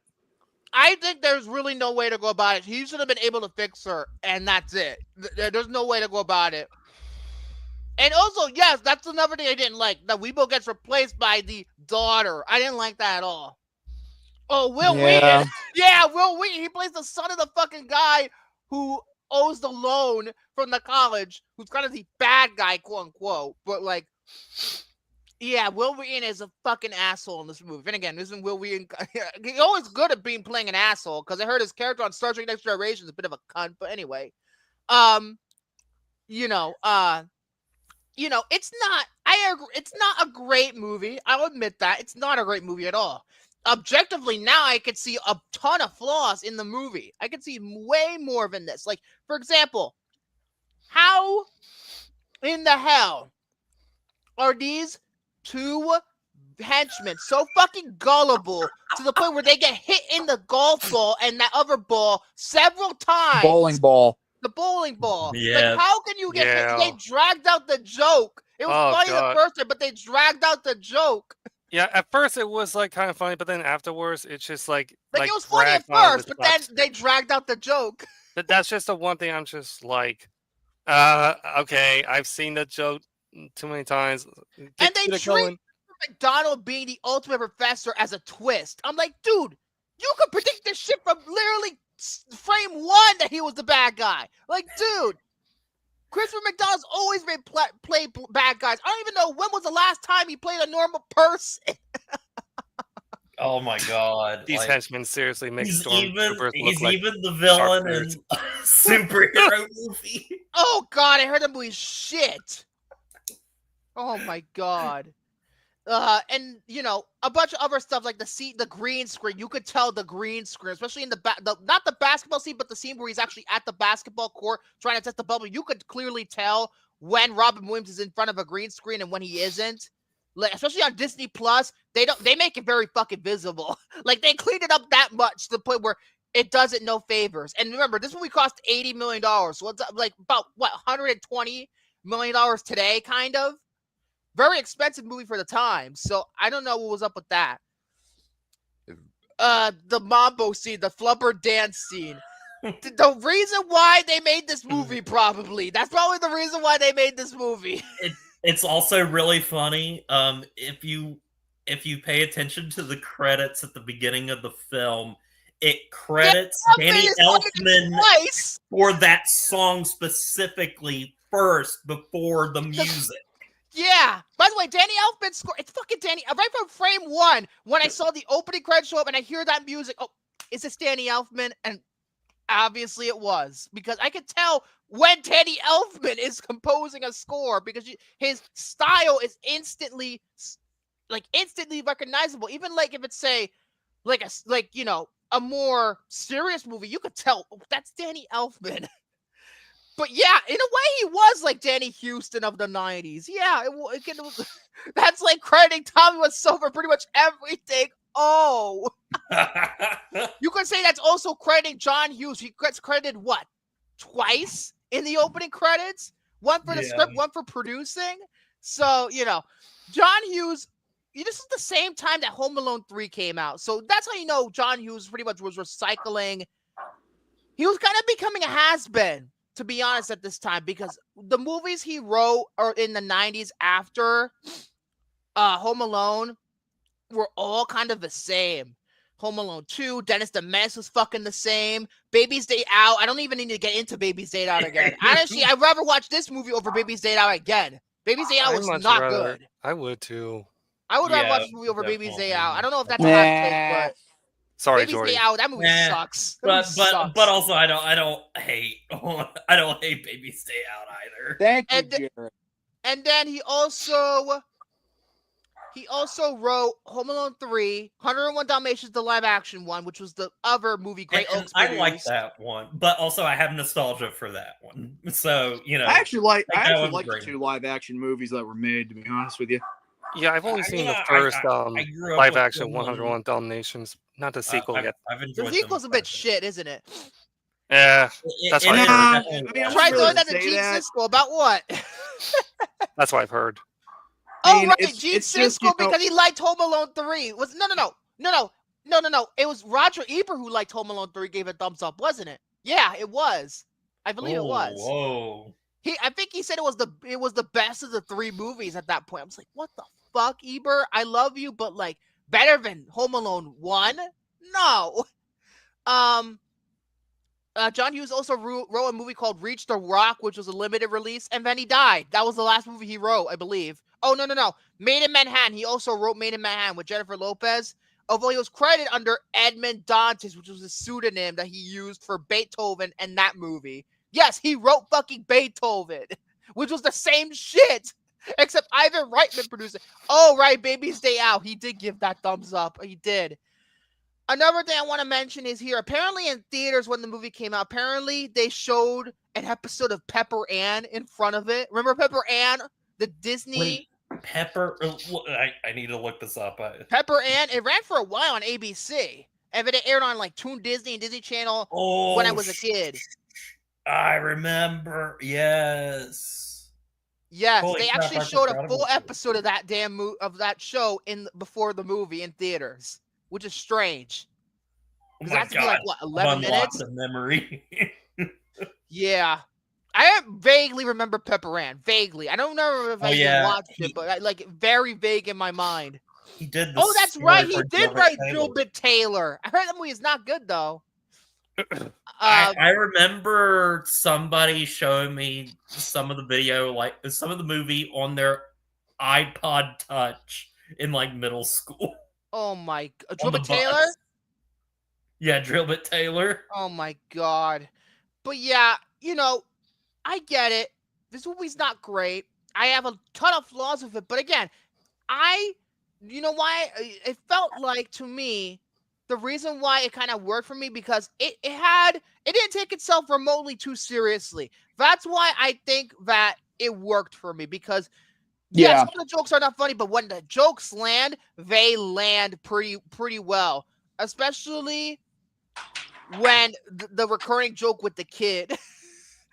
The kid, he's scared of everything, and then shit starts happening to him. Especially the scene where the two henchmen are jumping up into his window, and he goes, "Ah!"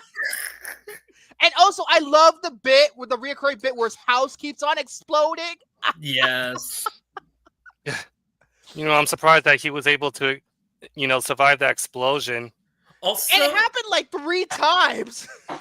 I'm surprised, Also, especially like- considering the one guy in the Inspector Gadget cartoon, he even took explosions to the face with those notes. I am surprised that Sarah has like dealt with him like this long to the point where it's like they've had to reschedule the wedding several times, and They she's just say there was the at the beginning of the movie when they were about to get married, the 3rd time. yeah. And So it's like, wow, she's given him this many chances, and it's like, how did dating even begin?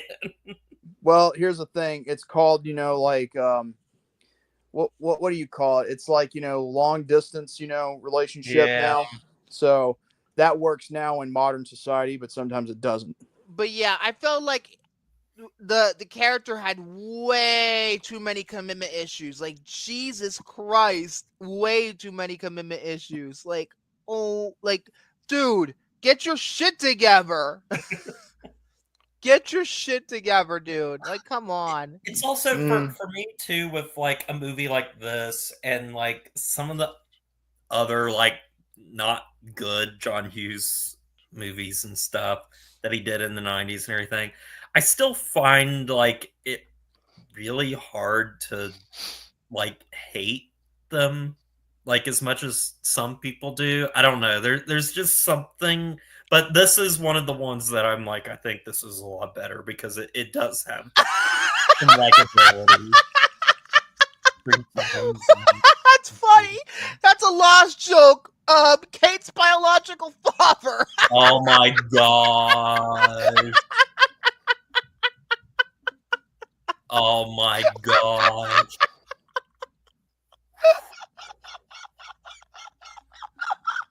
Right in the cold open too.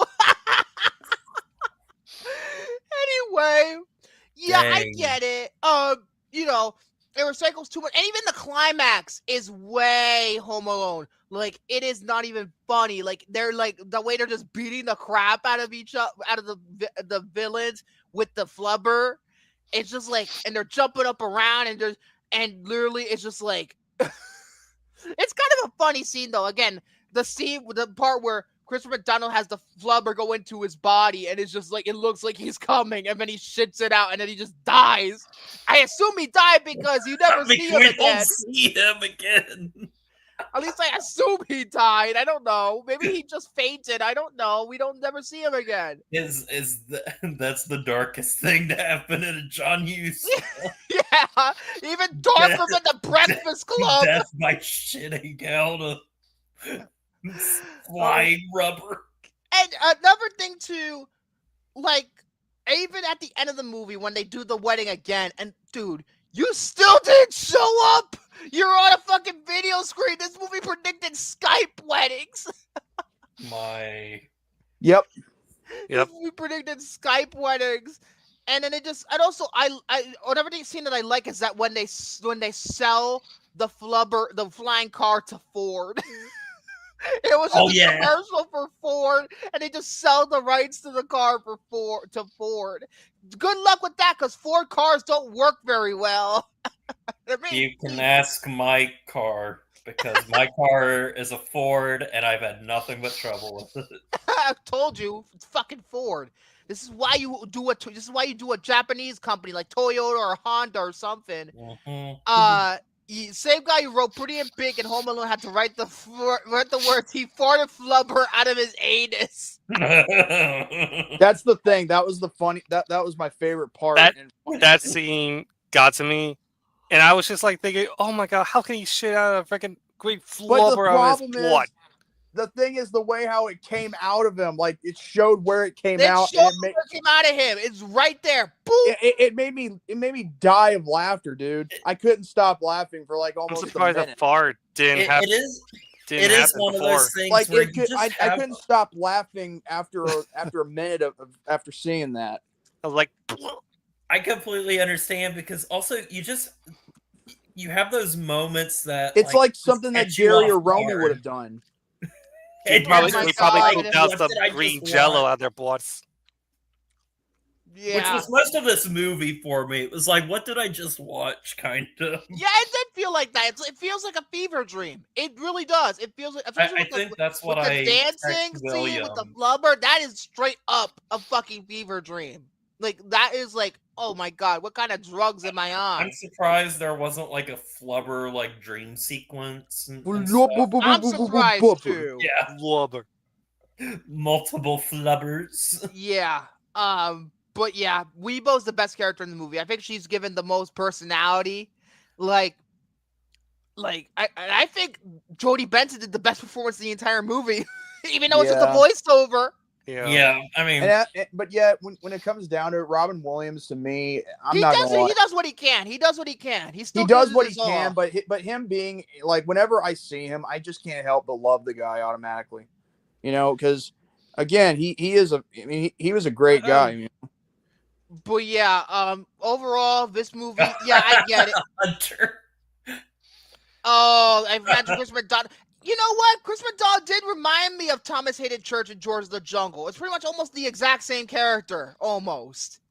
Oh, don't worry, nobody dies in this movie. They just wind up with big boo-boos. If they said that in this movie, I would have fucking died laughing. But they never Big do, so I assume he died. buttholes. There is no big boo-boos. He literally died. Oh, wait a minute. That's kind of, you know what? Hold on. I just said it right now. Hold on. That flubber came out of his boo butthole. Mortal Kombat 2 is rated. Who gives a shit about Mortal Kombat 2? The movie. That's because the first movie sucked. Anyway. Don't get me started. This movie's not great. I admit that. Objectively, I would have probably given it a 2, maybe 2.5. But since nostalgia is kind of at play here, and I did have fun watching it, I'm going to be generous. People are going to fucking kill me when I say this, but it's a 3 out of 5. I'm going to give it a 3 out of 5 as well. I mean, honestly, you two guys are not too far off what I'm about to give it. I mean, I'm mine's a 2.5 out of 5, only because just for guilty pleasure sakes. You know, I could just, pop this in. And I was like, you know what? It's a shut your brain off type of movie. It really is a shut your brain off type of and all that movie. shit. Just not as good as I remembered it being, but still, I have fun. But then again, I didn't grow up because I've seen so much worse. Like in '97, people saying this is one of the worst movies of the year. Listen, you haven't seen shit unless you've seen The Postman. I've seen The Postman. This movie literally made me kiss the ground at the end. Batman and Robin, anyone? Oh yes, Batman and Robin. Let's not forget. So I just saw and I rated it wrong on Letterboxd, by the way. So, oh my god! I'm giving it a 5 out of 10. It's not a good move. It's like stuck in that thing where I'm like, I don't have a lot of nostalgia for it. I have fun with it. It's Speed not 2 a is good dog movie, shit. but I It's way worse than Flubber. Speed 2 is dog shit. But nah, I give it a 5 out of 10 and stuff. It's not like it's not the most offensive. It's not offensive. Yeah, it's not offensively bad. It's not like insult your. I mean, maybe it is a little insult your intelligence, but like not like to the point where fucking Postman. I forgot Spawn just came out this year. Oh, that was garbage. I've never seen Spawn. God damn it! To be fair, I've never seen Spawn. God I heard damn that's it. fucking awful though.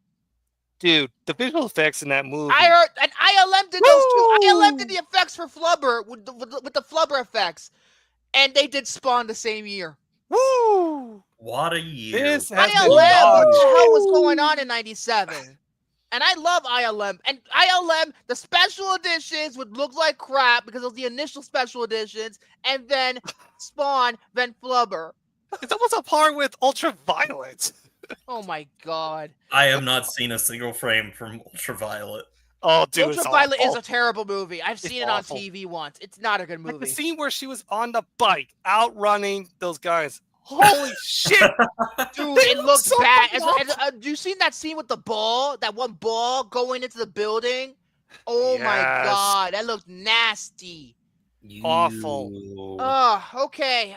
Let's cut to the wheel. For the record, I will remind you, I said this last week, but I'll say it again. I'm gonna be off next week because I'm going on vacation in Florida. I'm gonna be on vacation, so I won't be on. I will, be off. So hopefully it doesn't land on one of my movies. So if not, we spin again. Yeah, I was like, if it lands on one of your movies, you want to spin again?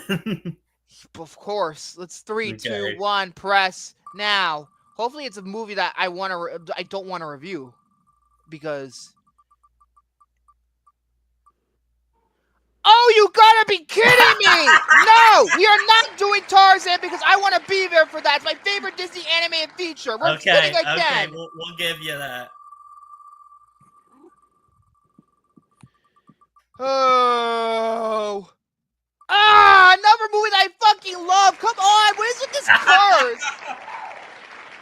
Oh my god, should I just leave it at Red Eye or continue? I want to review this movie too.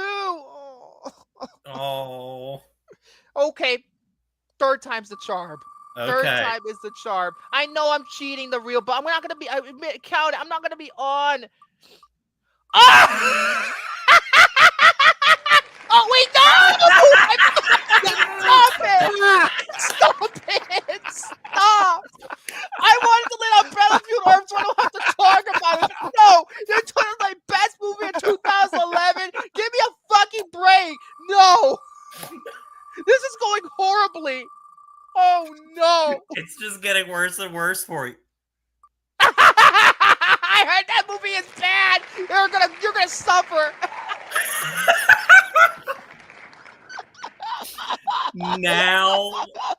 Now I get to tell my best friend that we're talking about this movie next week. I heard he said that this is one of the worst things that he has ever seen. Congratulations! You're gonna be stuck with a bad movie while I'm gone. Where I'm gonna be on fucking vacation. Congratulations! It's not Attack of the Clones, but I'll take it. I'm sorry for this pick, guys. I've never seen this, but I just know it's bad. Oh my god! And it's got Drake Bell in it. I have to see if there's even a fucking TV spot for this, so I can put it in the rotation while I'm on vacation. Have everything set. But I heard this movie is utter dog shit. That's what I've heard. Hold on, let me just see if there's a fucking TV spot for this, so I can. Oh, there is no TV spot on YouTube, so that show goes to show how bad it is. The TV spots I keep on getting are for fucking College Road Trip, which came out the same fucking year. Good luck. There's not even a fucking TV spot for this damn movie. Wait, I might as well just put where did Jordy go? Where'd Jordy go? Where did he go? Jordy. Uh-oh. We're dealing with technical difficulties again? Oh, shit. Uh-oh. Okay, Jordy has something to say that he has to be going soon. Oh, okay. Oh, okay. We spun the wheel. It's landing on this movie College, and I've heard it's utter shit. And I'm not gonna be here next week simply because I'm on vacation. So, and I had to spin it 4 fucking times because they landed on movies I want to talk about. Landed on Tarzan first, right? Tarzan, yep. And then Battlefield Earth was second, and then it wasn't even Battlefield Earth. It was Rise of the Planet of the Apes, and then it landed on one more. What was the other one? Red Eye. Red Eye. I was like, what the fuck? At least it wasn't a Kirsten movie. If it was a Kirsten movie, that's gonna fucking break me, considering what I'm doing. I would have been, if it was Spider-Man, I would have been fucking broken. I would have been obliterated. But I guess I have to find a trailer so I can put it on the fucking broadcast. So whenever you guys get on next week, I don't know. At least I'm not gonna watch. Is it even available for streaming? Yeah, I don't. Oh, you have to rent it for $2.99? Oh, good luck. 5% rating on Rotten Tomatoes. Well, I don't have to pay money because I can pirate it. If you can even find it, I don't know how obscure this fucking movie is. Let's see who made it. I will. MGM? Maybe it is not. It's MGM. You would think that. We will do what we can. And it was only released on DVD. Yikes. Not even on Blu-ray. Well, we do. What if it happens next week and everything, and it's like none of us were able to watch the movie, so it's a podcast where we talk about everything but the movie. Dude, I'm so happy that I can avoid this shit. I'm so happy I can avoid this because if God have mercy on both of your souls, and Jordy if he decides to do it, and Kane if he decides to come out here. I don't even know what's gonna fucking happen. But like, let me actually see on my pirating app that I use if college is on there legitimately, because I would know if they would have files. If not, I'm gonna have to, if there's no files for it, I'm gonna have to fucking spin this shit again. Hold on, I'm gonna look. I'm just gonna look because I want to make sure everything is on there. It's MGM, so I would think. Why is my app going so fucking... Oh, my God. Why are we being obnoxious now? Is my TV still on? Yeah, it's still on. Let's just check through here. Hold on. Let's see. Let's look up college. Oh, boy. Now it loads on my fucking computer. Okay, now it's not time to fucking wait because I was fucking... Here we go. College. Here we go. Boop. No streams were found. Are you fucking kidding me? Dude, we have a first. We might be having a first. Let me check my Fire Stick. But we might be having the first instance where a movie that we are scheduled to review might not even happen. My fucking internet's being so bad right now. I'm trying to figure this out before we get off the air because I'm really curious. Because if it's not on here, there's no fucking way there's going to be a file, but my internet's being I'm trying asshole. to even go to like something like 1-2-3 movies. Yes, this is the Burn Hollywood burn of this show where I couldn't find a damn copy for my Razzie Marathon. Cool as Ice has actually got a Blu-ray release, so that's pretty accessible actually. That movie is so ridiculous. It's bad, but it's funny bad. Like, it is bad, but like, you know, like the scene where they're going on a date in a fucking construction site. Yeah. Fucking hilarious. I'm looking at my computer. I'm getting all these different files for all these different movies, but nothing for college. Dude, is this going to be the first untouchable movie where we cannot even watch it? Dude. If we don't have to. What are you going to talk about instead then? I don't know. Well, wait. Hold on. Uh-oh. I have a feeling about this. Drop that 2 again with the hero. Oh, boy. Here we go. Okay, no, never mind. For some reason, it looked as if it was on Tubi, but it's one of those things. Like, no, I checked it. I checked it, and it's not. It's not. It said that it was not on Tubi. It said only on for rent. So let me just check Tubi, the website itself. Yeah, it's not. It's not on Tubi. Wow. It says it pops up like when you search, or like it popped up on TubiTV.com and stuff, but it says content unavailable. Wow. This is so bad that MGM itself wants to bury it. Dude, is this the first time we cannot go forth with this? Oh my God. This is unprecedented, folks. This is the most unprecedented moment in the history of our show. William, what are you thinking right now? Like, I'm speechless. I got nothing. Wow. I'm like trying to find other, like... Dude, this is fucking hysterical. I don't, if it's even This just shows how bad this is. Dude, I've had a hard time getting through. Like I have a hard time finding certain movies sometimes, but like, oh my god, not even the full movie is on YouTube. That's how bad it is. You would think that since all these scenes, like all these sources don't have it, it's gonna be on YouTube. No. Also, apparently, this movie is like super like kind of homophobic too. Oh my god, dude! It's like and all the people are clips that you embarrassed see on by the it. movie, like the most popular clips on this movie, when you go look at it, one of them is a potato can version of the guy recording the scene with his damn camera recording the TV. That's how bad this movie is. In a potato can quality video. Well, I can't believe this. We have no choice. Do This is unprecedented. Do we want to take it off the wheel and spin again? I already removed it, so Okay.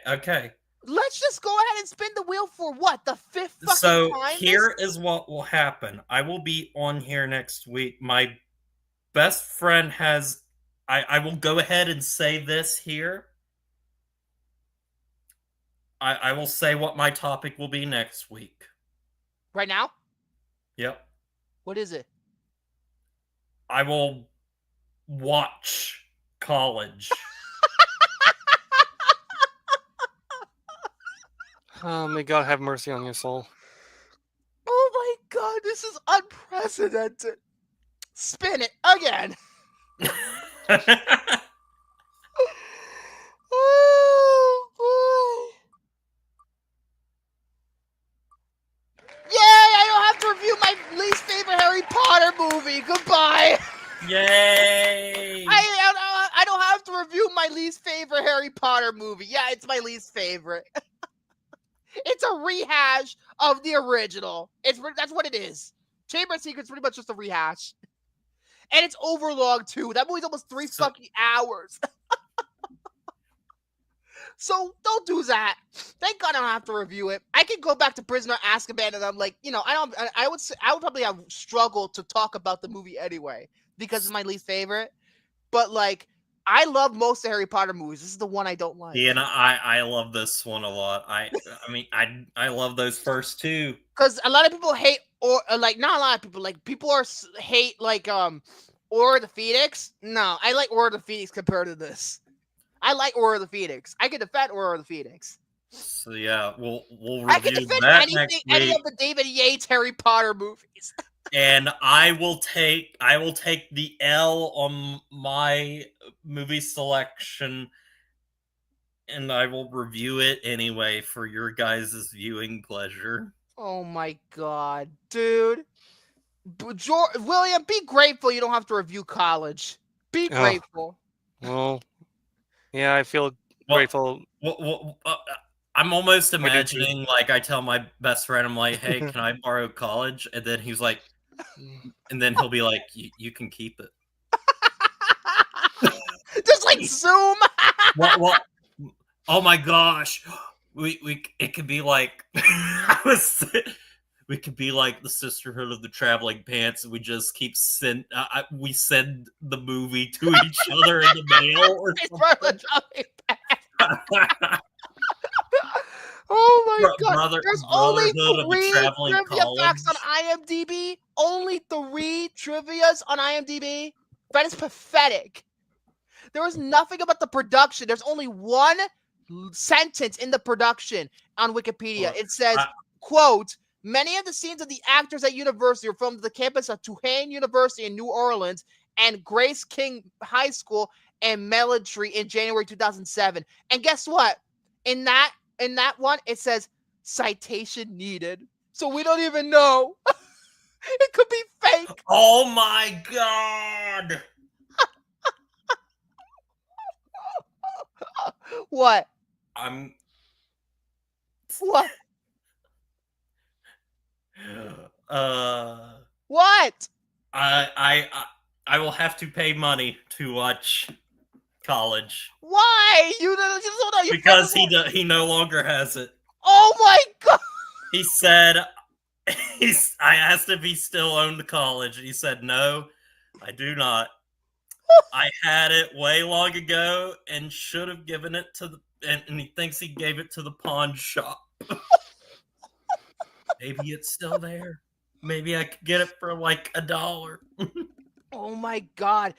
I've had a little bit of a hard time locating this movie, the short film that Kirsten directed for the binge called Bastard. It came out in 2010. I found the other short film she directed with no fucking problem.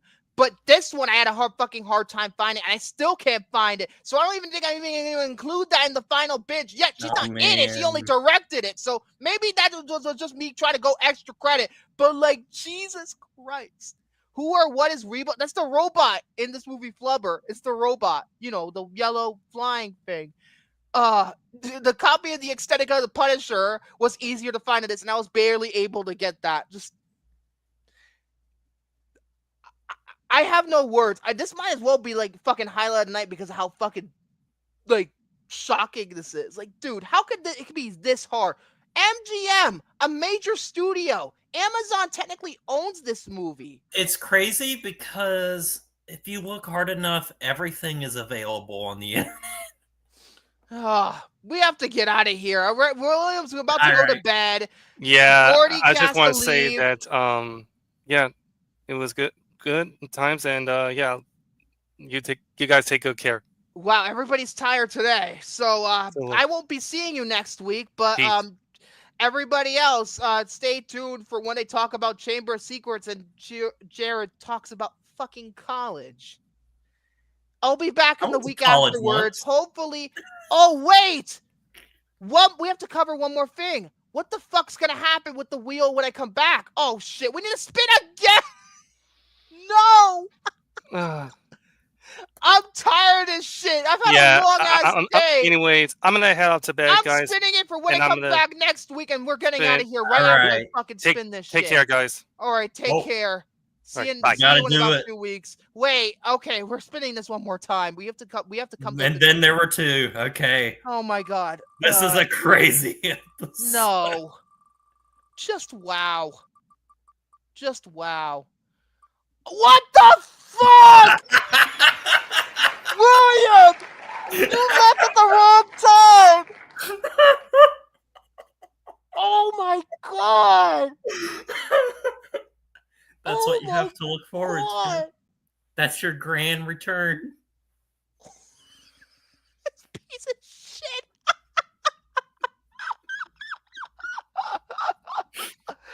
We're for sure doing that when I get back. Oh, you have so much to look forward to. Oh my God, I am fucking drained. All I want to do is watch ER right now because I've been watching ER recently. And by the way, when I was watching ER, 2 fucking people from Lost showed up in like the first season alone. Fucking Christian Shepherd showed as a recurring role, and I saw Bernard in 2 episodes. I'm just like, whoa. ER is great. It's a fantastic show, but like, wow. I after Lost and everything, I was like, anyway, I'm off. I can't take it anymore. I'm saying goodbye because I can't no more. All right. Good night, everybody. Jordy's not here, so good night. Good night, what everybody. The fuck, David? No, you gotta Hitler. What is this episode? David! I can't! Dude, what the fuck? No! Whoa! Okay. David, no! I hope he does not show up when I press the... Oh my God. What the fuck? Oh my gosh. No. Those Cowboys suck. What? I can't know about the Dallas. Those Cowboys suck. That team fucking lost. I'm done. I am so done. Good night, everybody. I'm so done.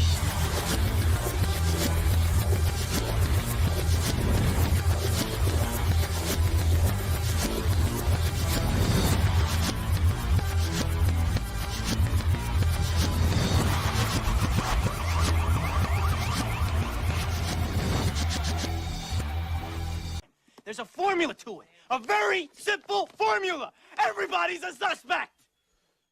Yeah, everybody is suspect with this bullshit.